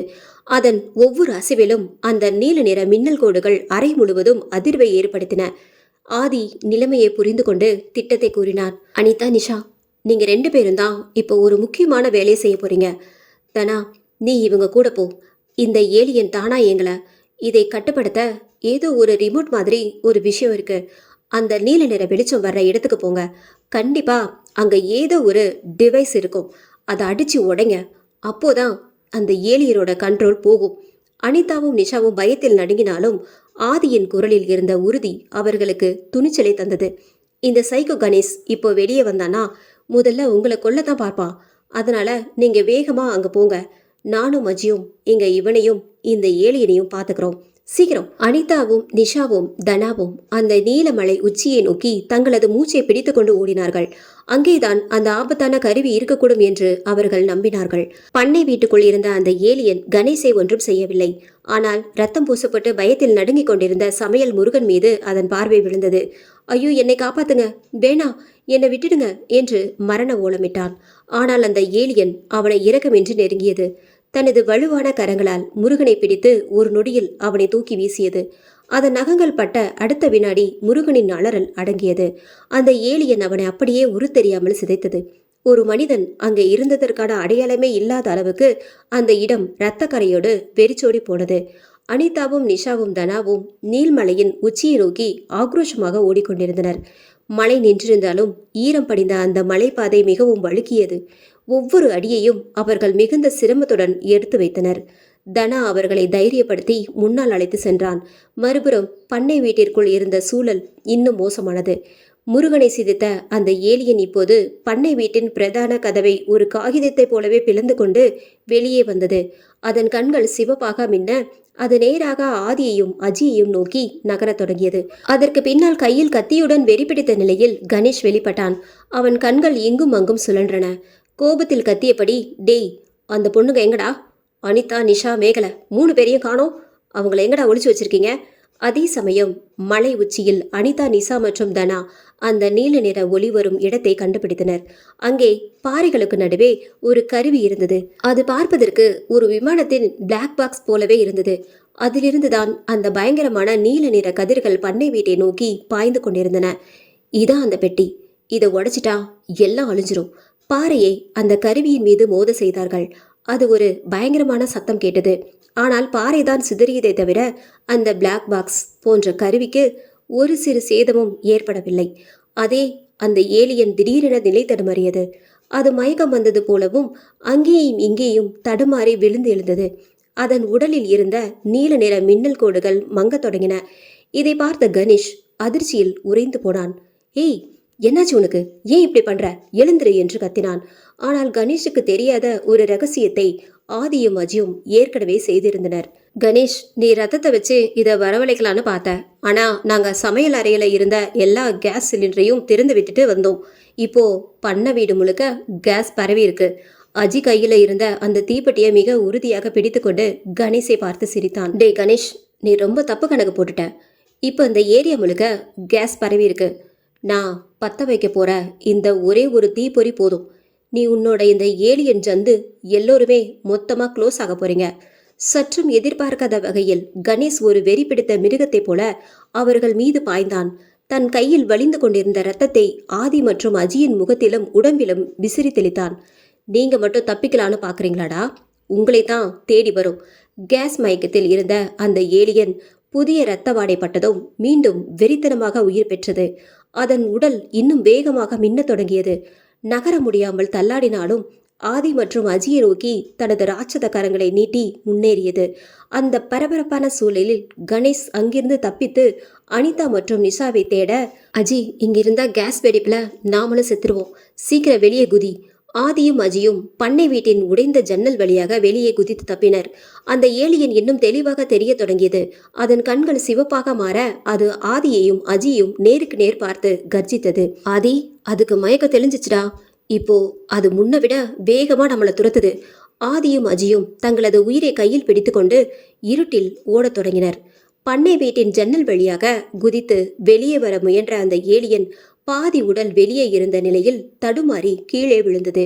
மலை உச்சியில் அனிதா, நிஷா மற்றும் தனா மூவரும் ஒரு அதிரடி முடிவை நோக்கி எடுத்தனர். பாறையாலும் உதைத்தாலும் உடையாத அந்த ஏலியன் கருவியை அழிக்க அவர்கள் வேறு வழியை யோசித்தனர். சீக்கிரம் அந்த பெட்ரோல் கேனை எடுங்க. தனா தன்னிடம் இருந்த பெட்ரோலை அந்த பிளாக் பாக்ஸ் போன்ற கருவியின் மீது ஊற்றினான். தீப்பெட்டியை உரசி அதன் மீது வீச அந்த விசித்திரமான கருவி நீல நிற ஒளியோடு சேர்ந்து செந்நிற நெருப்பில் எரிய தொடங்கியது. நெருப்பின் வெப்பம் தாங்காமல் அந்த பூலோக பெட்டிக்குள் இருந்த எலக்ட்ரானிக் பாகங்கள் வெடிக்க தொடங்கின. அதே சமயம் பண்ணை வீட்டு பகுதியில் வானம் பிளப்பது போல ஒரு பயங்கரமான இடி சத்தம் கேட்டது. ஒரு பிரம்மாண்டமான மின்னல் நேரடியாக பண்ணை வீட்டின் கூரையை தாக்கியது. பூம்! ஏற்கனவே பண்ணை வீடு முழுவதும் கேஸ் பரவி இருந்ததால் அந்த மின்னல் பட்ட அடுத்த வினாடி ஒட்டுமொத்த பண்ணை வீடும் ஒரு எரிமலையை போல வெடித்து சிதறியது. இரத்த வெறியோடு அனிதா மற்றும் நிஷாவை தேடி ஓடிய கணேஷ் அந்த நெருப்பு பிளம்பில் சிக்கி உடல் கருகி அலறினான். பண்ணை வீட்டின் வாசலில் தடுமாறி விழுந்த அந்த ஏலியன் அந்த பிரம்மாண்ட வெடிப்பின் வெப்பத்தில் அப்படியே சாம்பலாகி போனது. ஆதியும் அஜியும் சற்று தொலைவில் தூக்கி வீசப்பட்டனர். அவர்கள் கண்முன்னே அந்த பண்ணை வீடு தரைமட்டமானது. பண்ணை வீடு வெடித்து சிதறி அந்த தீப்பிழம்பின் வெளிச்சம் அடங்குவதற்குள் தமிழ் சினிமாவின் பாணியிலேயே எல்லாம் முடிந்த பிறகு போலீஸ் வாகனங்கள் சைரன் சத்தத்துடன் வந்து சேர்ந்தன. மேகலை போலீசாரை சரியான நேரத்தில் கூட்டிட்டு வந்துவிட்டாள். ஆதியும் அஜியும் மெல்ல தரையிலிருந்து எழுந்து நின்று மலையின் உச்சியை பார்த்தனர். அங்கே தீப்பந்தங்களின் வெளிச்சத்தில் அனிதா, நிஷா மற்றும் தனா மூவரும் பத்திரமாக மலையிலிருந்து கீழே இறங்கி வந்து கொண்டிருப்பதை பார்த்ததும் அவர்களுக்கு உயிர் திரும்பியது. நண்பர்கள் அனைவரும் ஒன்று சேர்ந்தனர்.